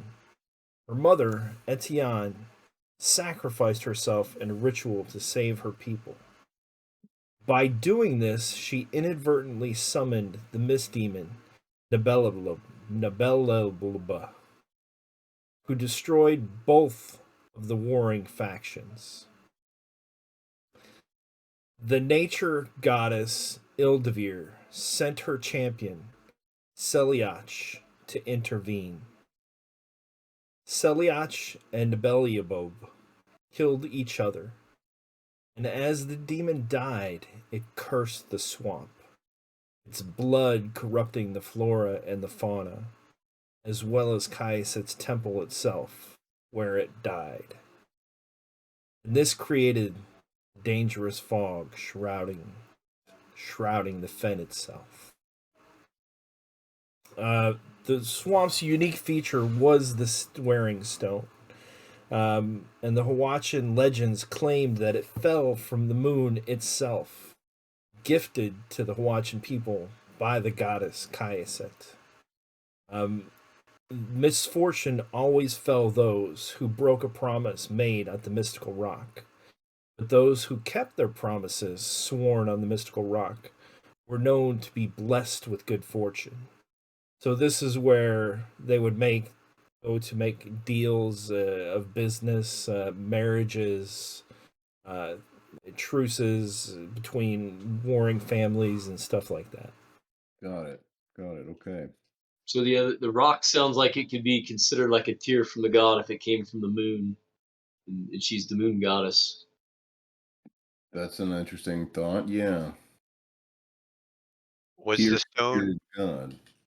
was the stone where Etienne killed herself, or she did that in the temple, right? She did that at the tree, I think. She did that in the temple. Temple. She swore her promise of peace on the swearing stone.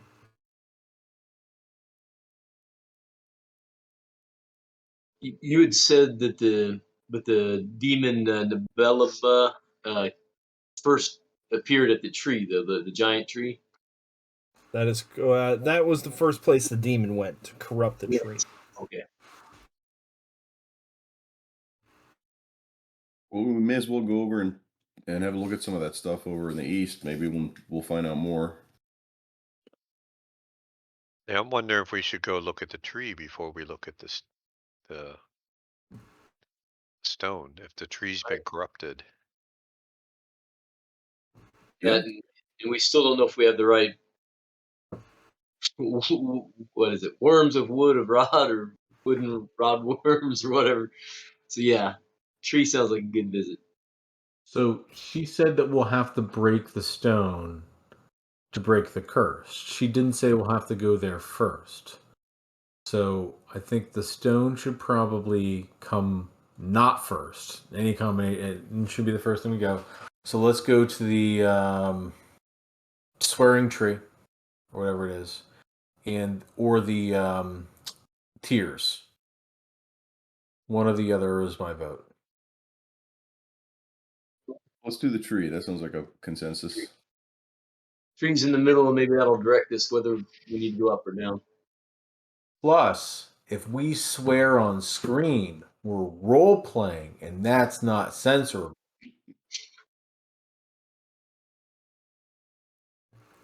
All right. So where are you guys headed first? Well, before we head anywhere, I want to ask her something. She tells us this story, and you said like the bog was cursed, but we saw we saw your mom and we saw the temple.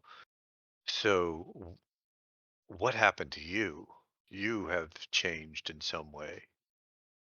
How are you still here, and what happened to you?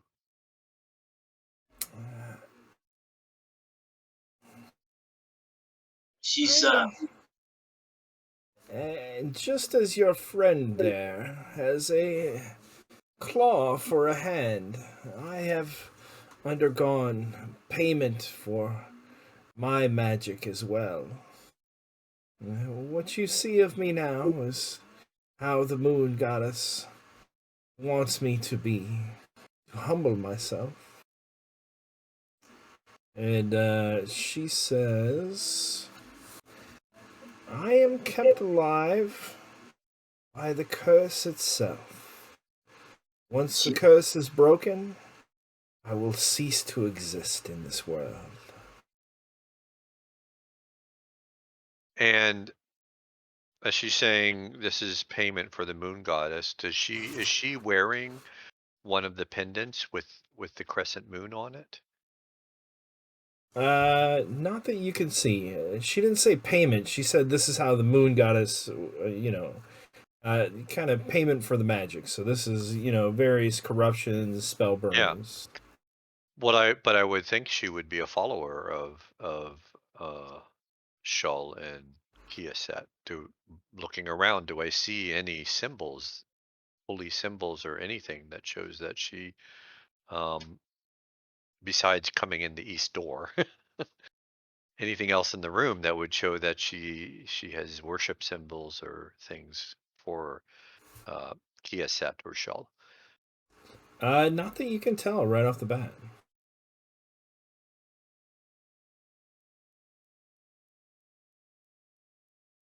Can you guys hear me? Yeah, you're frozen. So Yeah, but we can hear my you. thing's freezing. So talk amongst yourselves and figure out where you're going to go, and I am going to reload this real quick. so I think the Swearing tree tree. is a nice middle ground, but it sounds like there's to me it sounded like there's a hint that the demon still has some sort of holding in that ground. It's still tainted by him, so might be a little dangerous to avoid here.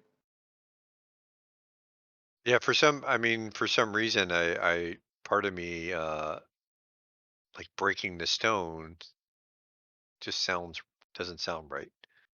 Like, do we believe her that that's what we should do? Um, she's just talking in riddles, and she looks like, she's got snakes coming out of her. So, and she's the only one that's alive, like that. I don't know if you all think, nope, I can do second sight again to see if, we think, Well, but I feel like she's had plenty of opportunities to murder us if she really felt like it. that's true. Two things kind of swayed me. One, the description of the stone falling from the moon. to me that links it to being a tier, and I think that put it back on course for maybe it's the thing we're supposed to hit with the rod. And then the poem itself says that his blood will remain, as will yours. So I think she's a blood relative of the priestess, so she's kind of been here forever and ever and ever, being held by the curse to live till it's over. So kind of fits to me. I'm good with following her. All right.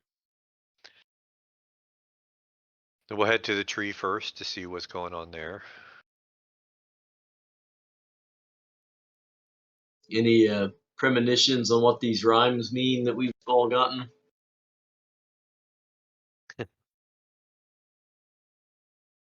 So I think it means that this is a horrible, dirty place. Nothing good will happen of this. And I really, really just want to get out of here. This place is a little crazy.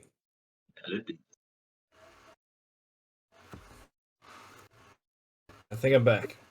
Yes. Yeah. Yep. Oh, does the hag have an axe we can borrow, like a large wood axe? No. We got some axes. We got silver hand axes. That's not the kind of thing you chop down a swearing tree with. Those are silver. Swearing stone. Swearing stone, all right. Yeah, and that tree is, I believe, was described to us as being enormous. Got time. House size.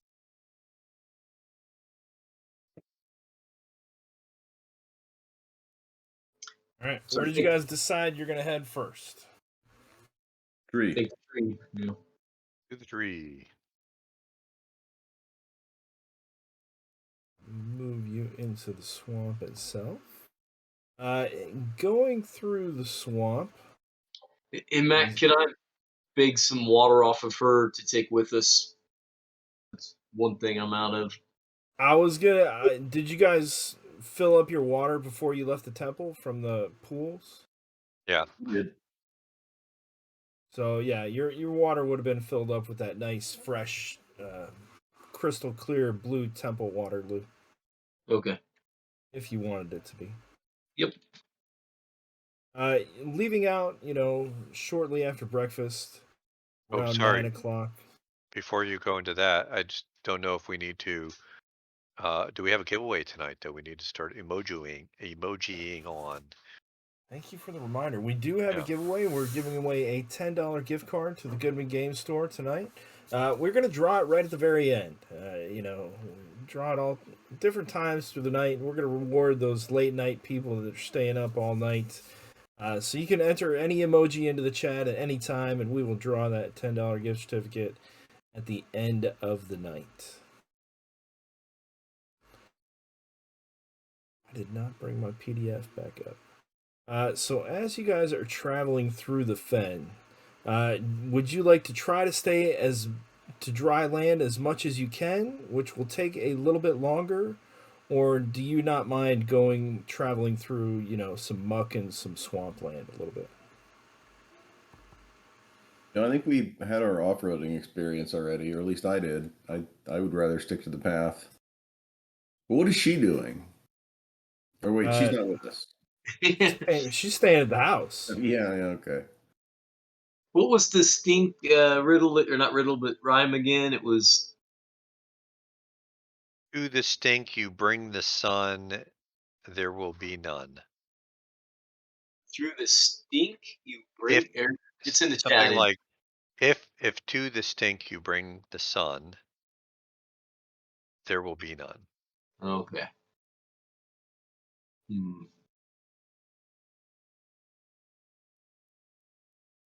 Don't know what that means.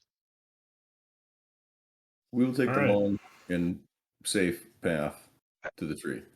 All right, so heading back toward the temple, you're going to travel on this fairly dry route, and each 3 hexes is about a mile, right? So you're heading kind of toward where she identified the swearing stone. And after you travel about 2 miles in this muck, something happens. As you're nearing the tree, you can see it getting closer and closer. And a feathered bird, very similar to one of the murder beaks, begins to fly down, heading right toward your position. And then another descends behind it. And then yet another. As 3 of them are circling around you, coming quickly to almost like vultures circling overhead.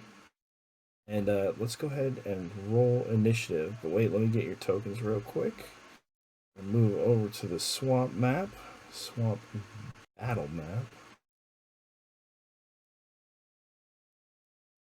No attention to that tree in the middle. So we're going to be right there. You guys are just about in the center. Now Weeha is going to be disappearing real quick.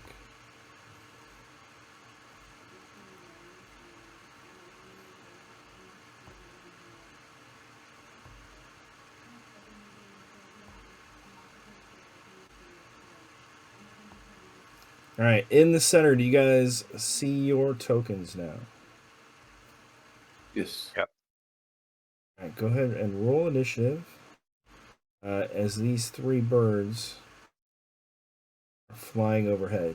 And they look very similar to the murder beak, but not half as large. They are miniature versions compared to the murder beak. Sorry, Matt. One note, just if I can, if you'll allow me.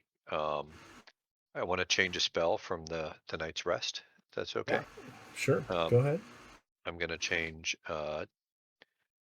swap out. I'm gonna let go of Holy Sanctuary and Detect Evil. I'm gonna add in. Okay. They're going to be up first, and they're going to immediately descend as they circle upon you. And these things have, very pointy beaks, very similar with feathered heads, sharp beaks, scaled reptilian torsos by a serpentine neck, or very powerful legs extend from their torso, ending in wicked, dripping talons. Their feathers are very colorful, as they have a finned, kind of horizontal sail-like tail.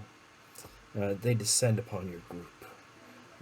And one is going to attack Barclay, one is going to go after Vasici, and one is going to go after Daphne.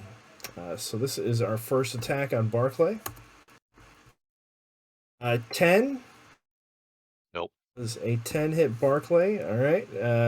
Vasici, one is flying over trying to claw your face. Does a 13 hit you with your new armor? Got me about 1. I did get you? Yeah. All right, so you're going to take 2 points of damage and make me a fortitude save, please. As these claws rake against your skin, you feel a numbing sensation where the blood begins pouring. 10 is good enough, though, and you fight off the effects. And lastly, one swoops in on Daphne. Does an 8 hit you, Daphne, with your horrible AC? You know that her armor class is now up to an 8, so yes, it hits me. Only 1 point of damage, but the beak kind of pierces into your kind of forearm, and it's lodged in your forearm. Which so arm? Claw forearm or non-claw forearm? It's kind of lodged right in the joint of your claw forearm. Right in that knuckle, kind of like... A taste for lobster. All right, let's see. Next, it's gonna... Oh, Mark, you got an 18. Why were you not ahead of me?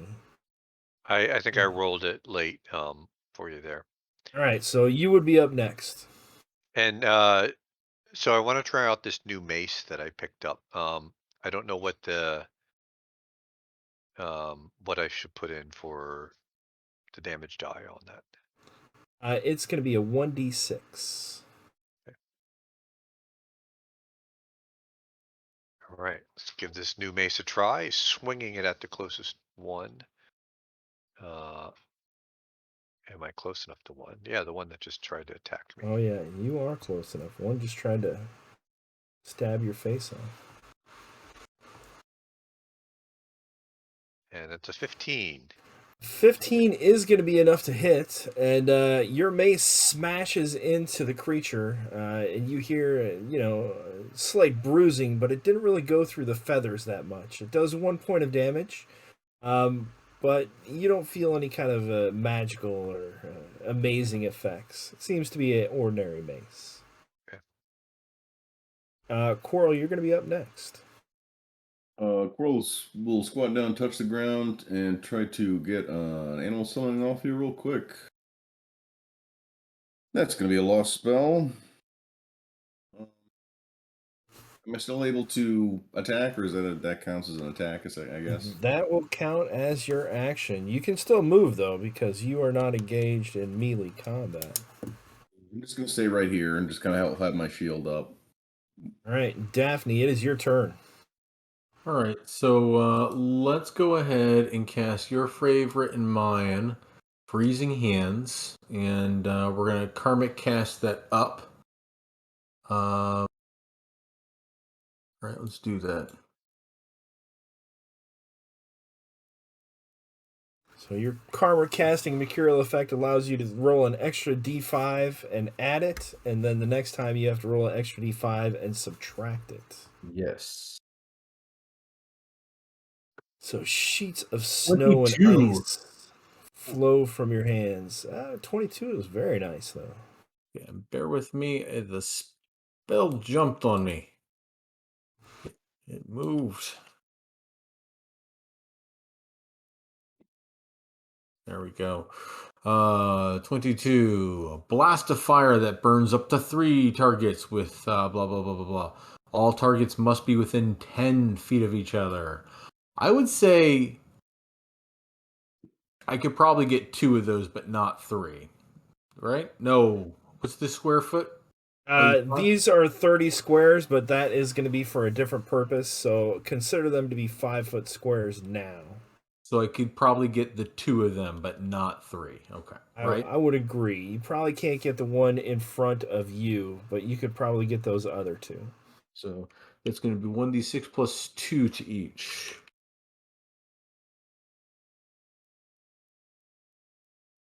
So 7 and then a 4. And the first one that Barclay had kind of tapped with his mace, the snow and the ice kind of sheets around this creature, and it pelts all over it, forming a kind of a freezing crust over it.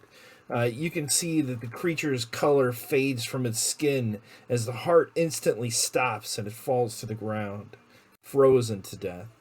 The other one takes a similar blast, but shakes its feathers and fur, and aren't there 3? Oh, so it's not 3 blasts, is it? It's up to 3, so it'll 2. All right, so it's going to be 2. The other one is still fighting. It shakes off some of the fur and the ice from its feathers, but it does look chilled, and one is dead. Vasici, it is your turn. I'm gonna One try in to front of you, yeah, the one in front of you looks chilled. give it a ring tap with my staff here. There we go. A 10 is not going to be enough to hit. Even with it being frozen? It's shook that off. Yes. Got some thick feathers. At one point, I'm not sure if you want to spend luck on that, but is that going to be it for you? Yeah. All right, Barclay, you have been freed up by Daphne, who has sacrificed her safety to allow you to move freely. and the scale shrike in front of you is dead.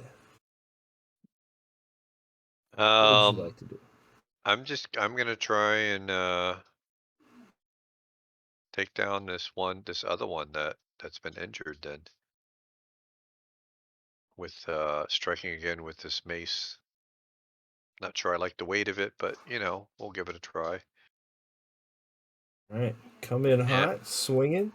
Yeah. A 3 does swing by the Shrike and miss.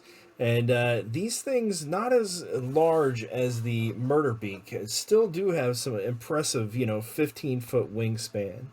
And this one kind of fluffs its feathers as it's fighting off the cold and frost and just nimbly moves out of your strike distance. It goes back to slash at Vasici, still upset that he's not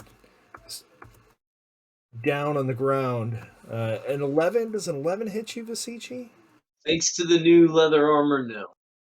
Nice. So the claws scrape against the leather armor, and you can see almost like a little liquid kind of dripping down the leather armor. Daphne, the one whose beak is impaled in your claw hand, begins to try to fly up into the air. And go ahead and roll me a strength check, please.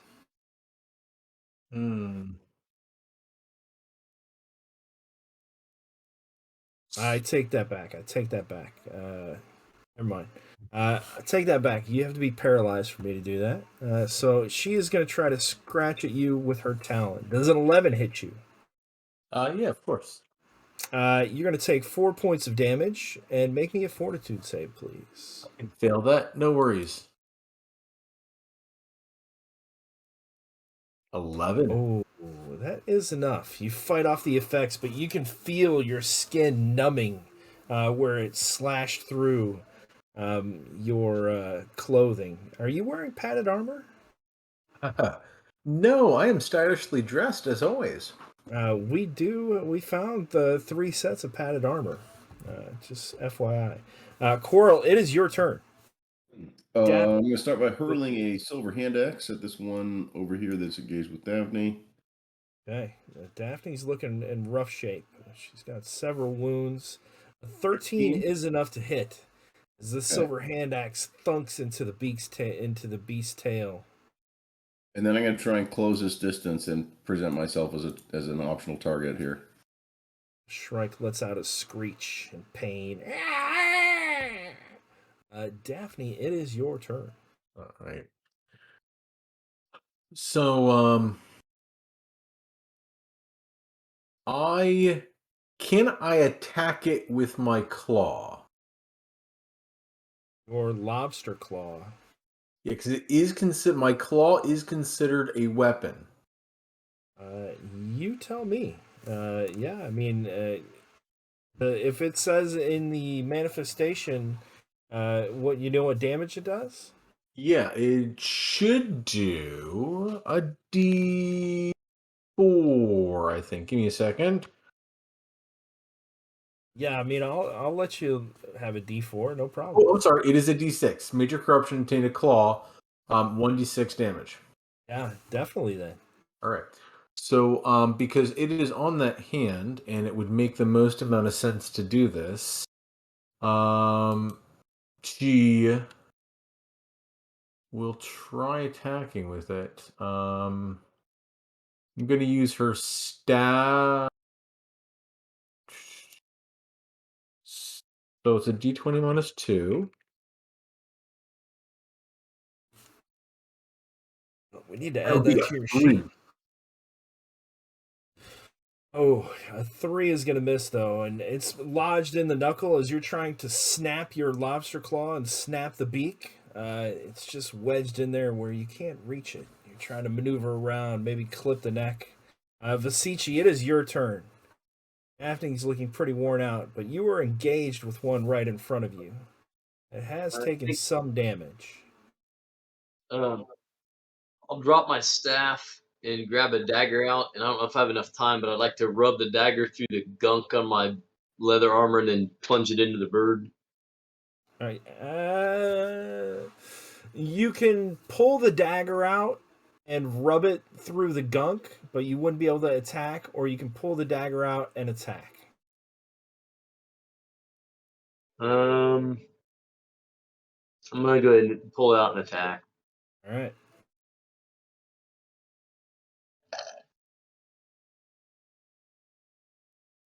Actually, hold on. Well, yeah, pulling out a different weapon is going to be kind of your movement action. So Yes. It says, I rolled, but I don't see a result here. What happened? you probably got one of those little boxes. Oh, there it is. That is a -1 as the dice have turned on the players.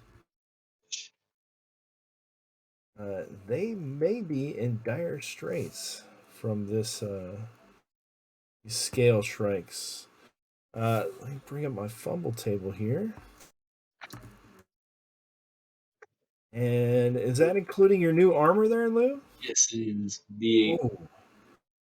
8 on the fumble table is you accidentally smash your weapon against a solid, unyielding object. So you stab your dagger right into the solid beak of the scale shrike. And this beak is hard. And your dagger having a flaw in the metal, maybe when manufacturing a cold shutter or something, it snaps in half, and your dagger is ruined. all right, luckily I have a belt of 8 of them, so take one One away. less now. Barclay, it is your turn. Things are not looking good. All right. Well, I'll try one more time. See if I can hit this one in front of me. 15 again for 1 point. 15 does hit, and the damage rolls are just not with you guys. Let's see. Yeah, it does say 1d6. All right, so 1 point of damage is not going to be enough to take it out. It is still wounded. It is looking pretty weak. And it is now their turn. They are going to continue attacking. 2 targets now. But let's see. Why change? A 1. I'm going to say on a 1, it's going to switch targets to Barclay, but on a 2, 3, or 4, or a 2 or 3, it's Put a going knife.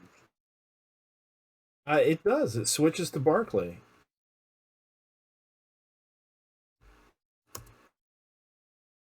Does a 15 hit you, Barclay? I think that's my new AC is a 15. You were going to Yes, it take is. 2 points of damage, and I need you to make me a fortitude save, please. And similarly, on a 1, it's going to switch over to Quarrel, but on a 2 or 3, it's going to continue to attack Daphne. And it did decide to switch and go after this new piece of meat that come up, Quarrel. Barclay, you feel the scratch of the talon on your forearm where you're unprotected from the chain, and it feels very numbing, and it courses through your body, and suddenly you are paralyzed, unable to move, as you fall to the ground as the poison courses through your blood, but only for 1 round. Quarrel, we are coming at you. This one tries to stab you with its beak. 18. Yep. 5 points of damage as the beak pulls it out of the knuckle of the lobster arm and punctures it right through your shoulder, right through one of where the bark scales are kind of hinged. Gets right under the lip, just plunging into your shoulder. And Quarrel, it is your turn. This aggression will not stand. I'm gonna unsheath my mithril longsword and have at this bird. It's gonna be 17. 17 is enough to hit, and 4 is almost enough to cut its chest open. But before the entrails fall to the ground, it's still flapping around a little bit, squawking, jerking wildly in its death throes. Do you want to stay at 4 damage or bump it up by 1? I mean, I'm not gonna spend luck on it, no. All right. Daphne, it is your turn. Right. She's going to try to because attacking it was obviously the wrong choice. She'll stick to what works, which is freezing hands. So she'll cast freezing hands. It's down karma when I cast it. I'm just trying to decide, do I want to burn? And I'm gonna risk not burning. So here we go. This is for the marbles. Okay, good news. 15. That would be that's a success until I subtract the magic number of 1. Hey, 14 is still a success. There you go. So a blast of frost that freezes a single target for 1d6 points of damage. This is probably what we need. Which All one are you right. going to target? Yeah. 4 points of frost damage. Which one are you targeting? The one that's going to save Quarrel and Daphne. So I'm going to Okay. Yeah, that one. Yes. So that one does, in fact, the icy blast from your hands flies right into the beast's mouth. And as it's trying to draw in a breath, cut open from the slice of Quarrel's longsword into its stomach, it just gets a mouthful of frost. And you see its, kind of chest freeze up through the open gash in the stomach. And it falls to the ground. Visici, you are up. And the scale shrike in front of you is also severely wounded. All right, get this belt of 7 knives. I'm gonna grab one more out for move action and backstab it for my regular action. You wouldn't be able to backstab it because it knows you're there. You would have to be hidden to perform a backstab. Okay, well, so let me walk that back a little bit here. Why don't I hide this round and get a knife ready this round? Can I do those two things? Absolutely. And when you're hidden, you can actually, backstab from range too. So, yeah, hiding and backstabbing, that's your bread and butter. So, give me a hide in shadows roll. You know what, Matt? I got to take that back again because let's see let me take it up. Sorry, that wasn't meant to go off there. That roll there. Barclay, you haven't been hit yet. I got a little hit, but not so bad. Okay, so yeah, I will do that then. I just didn't want to leave you in death's door here. So we're doing a hide roll, right? Yep, hide roll if you want to. You can just attack it. It's totally up to I you. think I will hide. Because Barclay is paralyzed. All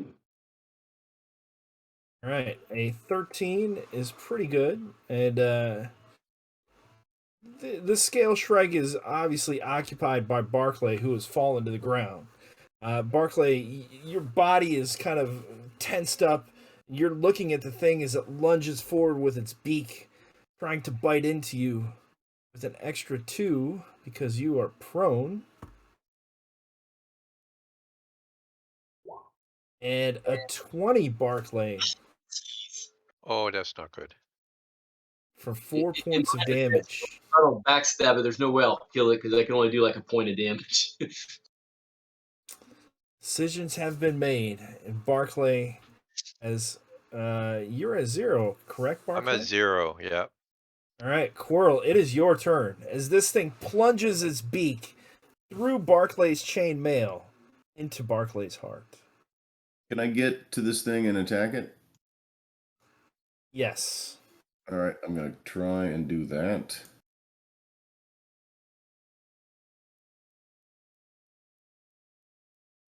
That's a 13. A 13 hits, and a 2 is going to be enough to take this creature down. As you rush forward, seeing your friend fall to the ground, you plunge your longsword into the back of this beast, severing its spine, and it drops to the ground. Barclay is down. What are you guys gonna do? Do we have any magical ways to heal him? Otherwise, we're stuck with rolling the body. I have a potion that I've never been able to open. Give it another try. I don't know what it is though. That's the problem. Even if we open it, it may not be anything helpful. This is Barclay, and I would vote if we have any dice to roll on this. It might be poison, right? But I think we should roll the dice. Yeah, any potion can't do more damage, I don't think, considering my luck. So the locked conical flask, Matt, is what I'm trying to get open again. All right. Give me a. Did you did find new? Yeah, I was gonna say I broke one set, but we found another with the dead thief in that the statue room there in the little crawl through. All right. Give me a pick lock trap. I mean a pick locks roll, please.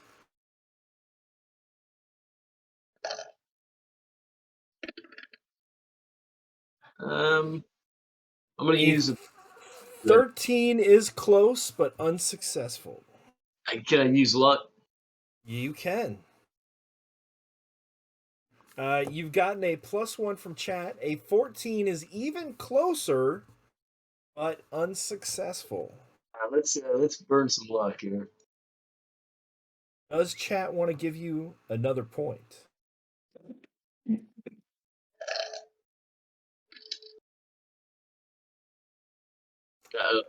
But I just threw some luck in there, so I'm at a 17 right now.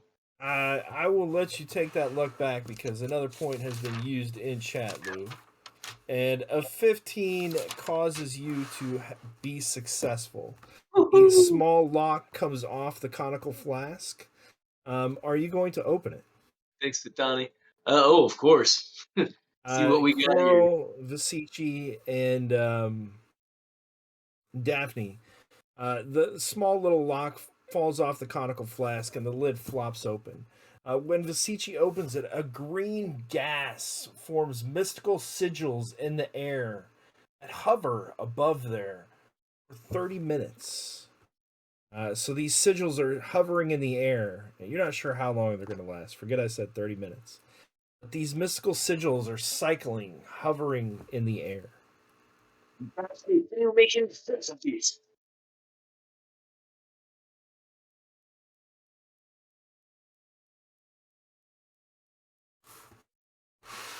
Coral, could you roll me a D5, please?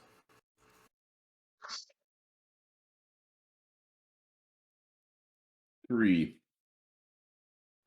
That is pretty good. That was your 19 for your find secret stuff roll. And a 19, you can see in the distance to the north a very tall staff, kind of like a stick, pointing up out of a shrub. So right about, let me draw a little picture right here. Well, just immediately to the north of where you guys are, but this is a little distance from you. And so what you see as you're looking around for some kind of aid for your friend Barclay, you're just looking for anything that could help.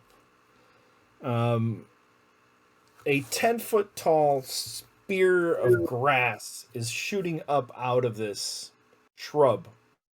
And it looks like a somewhat freshly killed corpse is hanging from the spear, 10 feet up in the air, with tattered clothes that look to have been ripped apart by possibly these 3 scale shrikes. Well, I'd point this out to the others and rush over and try and get this thing down. It is quite a way. It's a little distance. So let's see. Lou, the sigils are floating in the air. Daphne, what are you doing?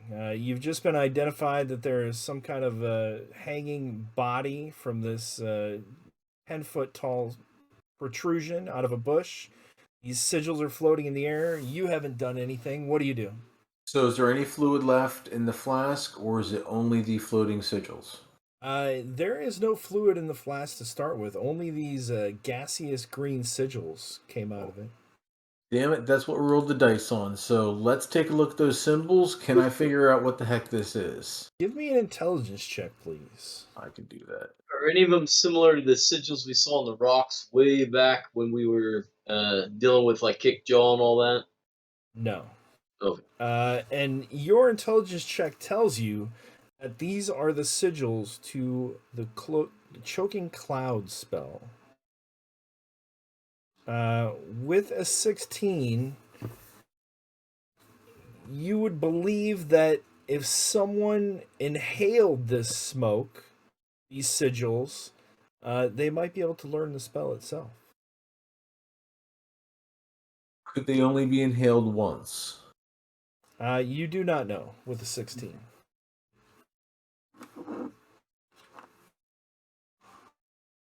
Well, Right. I'll explain that to Visici, and Daphne will outright point out that this is cool, but doesn't help us with Barkley. It indeed does not. Visici, back around to you. What are you going to do?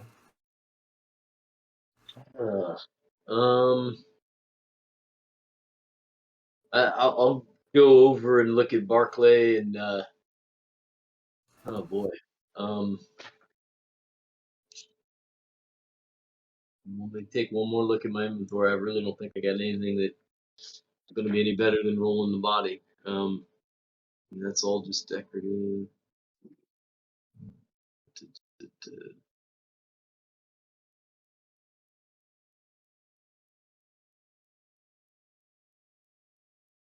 Yeah, I got nothing, guys. I'm gonna just roll the body unless somebody's got something. All right. So you're still looking around. We got a little bit more time. Quarrel, you want to start heading for the spear? Yes. So you begin rushing through the muck and the mud, and it's hard going. And there are a couple similar bushes between you and the one that has this very tall 10-foot kind of shaft poking out of it. One immediately in front of you. Do you want to try to go around it or just kind of quickly get past it? I'll try and cast a spell really quick. Okay. Oh, well, I lost Spider Climb too. Okay. I was hoping that might help me maneuver kind of above the ground a little bit, but yeah, I'll just kind of go. I'll go around this. Does it look like spiky, like dangerous? It looks like a shrub. It does not look immediately dangerous. And okay, so would I save time by going through it? I guess. Yeah, you definitely save some time by kind of just going right past it. All right. I mean, I'll pull down my pole as I'm moving so I don't like step on a badger or a snake or something. But then just kind of plow through. Give me a reflex save, please. As you get in the vicinity of this bushy, grassy thing, a huge spear, a grass blade, fires out of the center of it directly towards you. Do you want to stay on a 9? No, I don't. I'm gonna spend 2 points of luck. To make that an 11? Narrowly rolling out of the way. You believe that if you would have got impaled with this spear that shot right out of this bush, that you would be hanging 10 feet in the air, similarly to the body that you're rushing forward towards. And these spear grasses may not be as innocent as they appear to be. But you do avoid this one. And no other shafts go shooting out of it. Daphne, what would you like to do?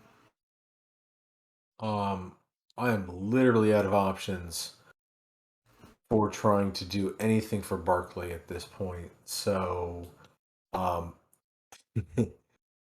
Daphne is actually going to kneel next to Barclay and try to pray to Barclay's deity for intervention. she will get down, and she is full of hope and good intent, but no knowledge whatsoever. And she is going to try to pray and hope that Barclay recovers. Just the fact that you are appealing to the god or goddesses in the game makes me very pleased, Cirrus. I believe she is lawful, and Barclay's deity is lawful as well. I feel like that's a small win on my part. Your prayers go unanswered. You're not a cleric. You're fumbling around the words, and you've never spoken to the gods before except to curse them. Quarrel, you get over to the hanging body there, and as you do so, Barclay, your breath has, breathed its last. They are going to have to roll your body. Lou, as you roll the body over, you tore a card in half last week, and I said to save it, a heart, if I'm not mistaken. Barclay, you breathe back to life with full hit points.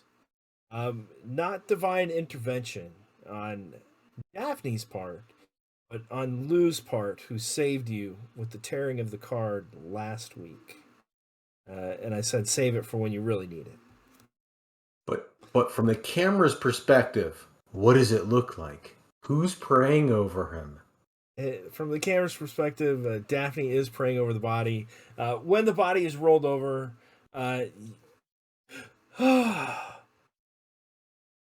you're filled with some type of magical energy as Lou is kind of turning you over. I thought that was it this time. Tingling sensation comes from Lou's fingertips throughout your body, almost shocking your heart back into beating. But I'll see this coming from Visici, right? Even though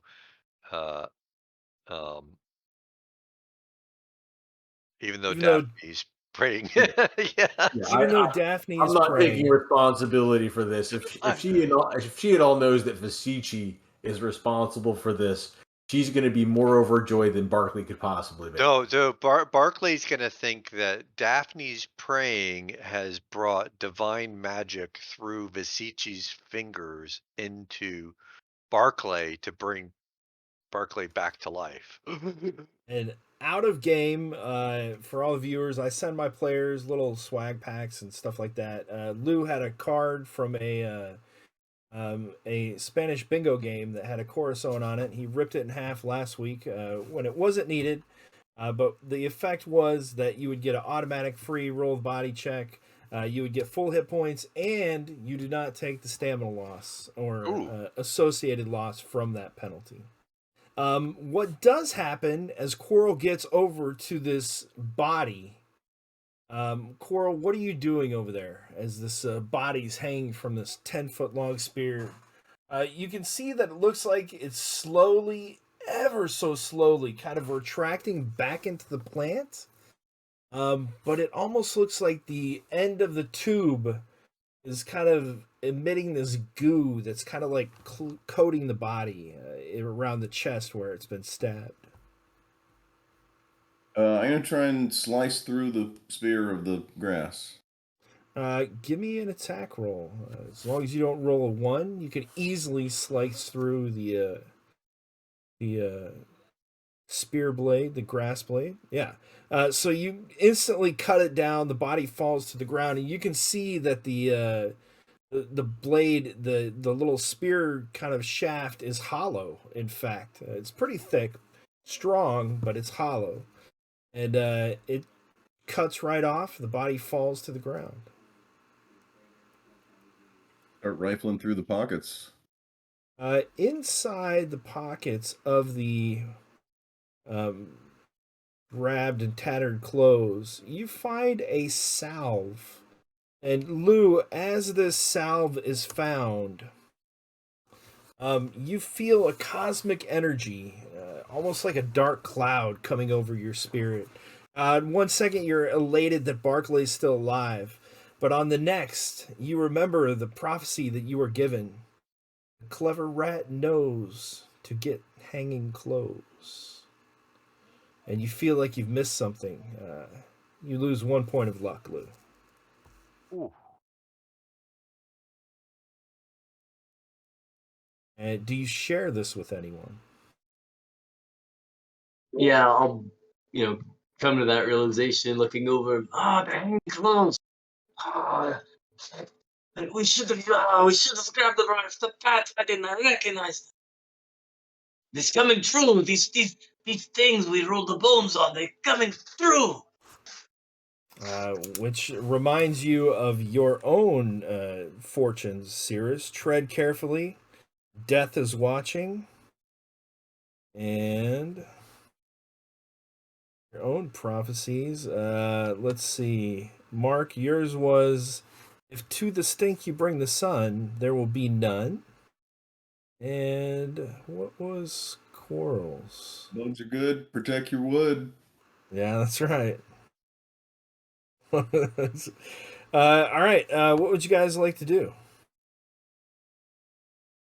I'll bring this stuff back and kind of explain what I found. Any other indications in this person's Nothing stuff? else. This looks to be some lost soul that was just traveling through the swamp. Who knows how or why they're here, where they came from. You don't recognize them. It looks like to be like a normal villager. But Daphne does recognize the salve that you have brought back. Daphne, that looks very similar to the salve that your cousin makes. This could be Shannon's salve. I look. Is it still in the container? It is. I look for. She's very egotistical, and she puts her name on everything she makes. So I flip it over, and is it in a container that she would have made? It is not. So is it full and usable? It does appear to be fairly. Actually, Coral, give me a D4 roll, please. Oop. It looks to be about half there, half used up. And does it smell like you described? Look, does it smell like my cousin's salves It as well? does. It does. It even has a faint smell of beeswax to it. And So I point out to the group that this most likely is. It smells like her work. Everything that she does is healing in some way. So this is most likely some kind of healing poultice or salve. That'll come in handy. All right. Last actions for the night before we end.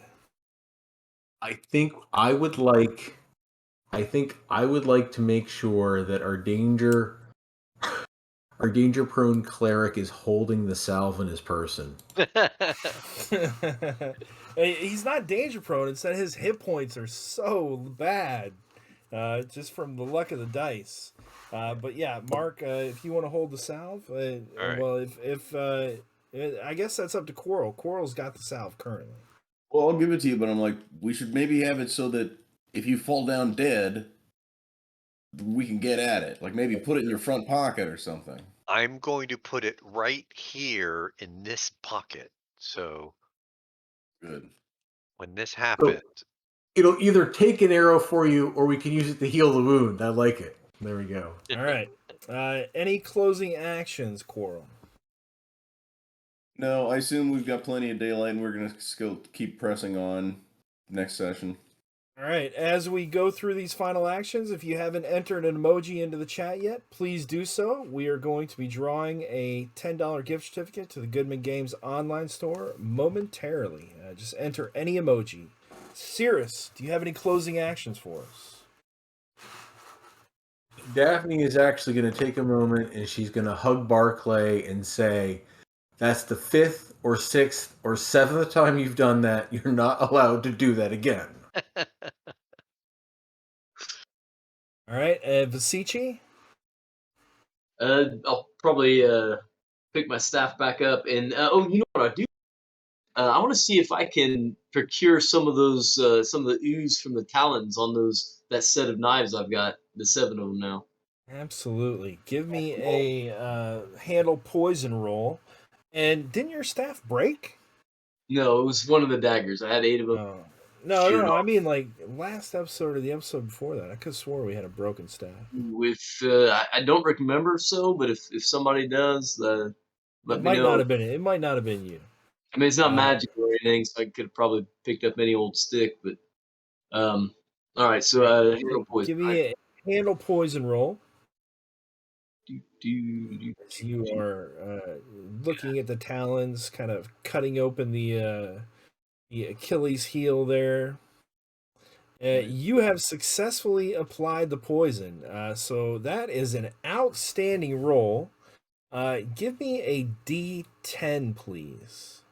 No, actually, stop that, Lou. Give me a 3D4.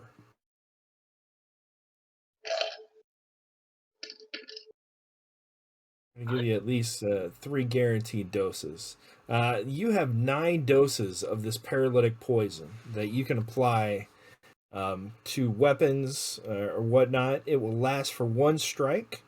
The strike with a paralytic poisoned weapon will cause the target to make a DC 10 fortitude save or be stunned, paralyzed for 1d3 rounds. Okay. To my knowledge, if I coat a knife in it right now, will that coating last, or does it have to be freshly applied? To your knowledge, with this particular poison, it will coat the blade and last long enough for you to use it. Okay.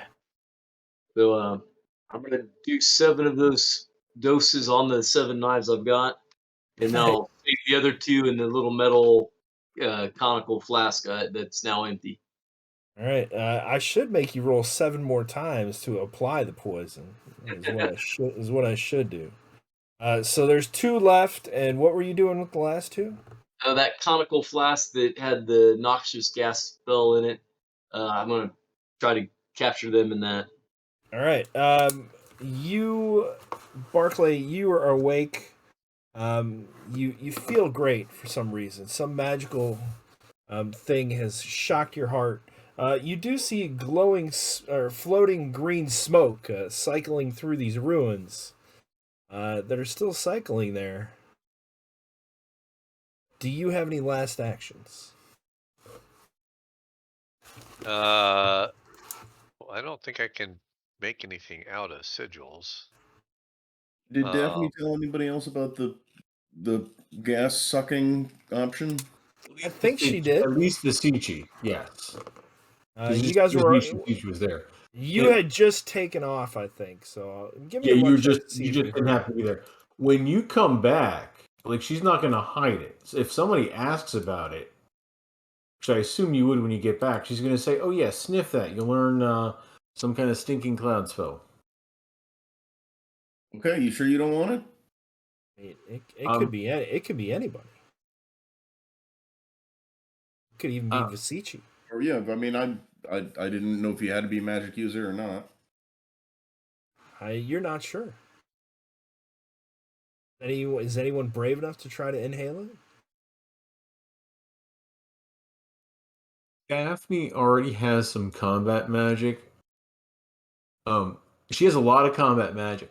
Most of it would kill her to cast, but she has a lot of it. All right, she's looking for some utility magic. So if anybody else wants it, she would defer to that person. Coral, do you want to breathe in the green ruins? All right, what do you ask? Say that again? What did you ask me? All right, we will find out what that does on the next episode of the Reaver Express. I like, we always got to leave Coral with a cliffhanger now. It's becoming a theme. We will see you on January 27th. Does anybody have any closeout comments? Lou, you got a Kickstarter coming up with one of your buddies? Not necessarily me, but a couple of buddies of mine, some guys I know products. If you like MCC stuff, there's the Jungle Excursion to the Lair of the Batmen out by Silver Boule on Kickstarter right now. You can back. And then coming up real soon here, the 17th, Stefan Surratt's got his Elfland package there. It's got all sorts of little cool stuff with it. So check those out. That last one's DCC. So. All right. Anybody else got any other announcements? Just don't All right. forget to roll for that giveaway that we got out there. Ooh, yeah. Thank you. Oh my goodness, Elena, how many people am I rolling for? What am I rolling? D4. Oh, somebody's gonna get lucky. That is a 3. See, I Mark, told you have to roll for it. congratulations. Good thing you reminded me there. All right, thanks everybody. We will see you in 2 weeks. Good night.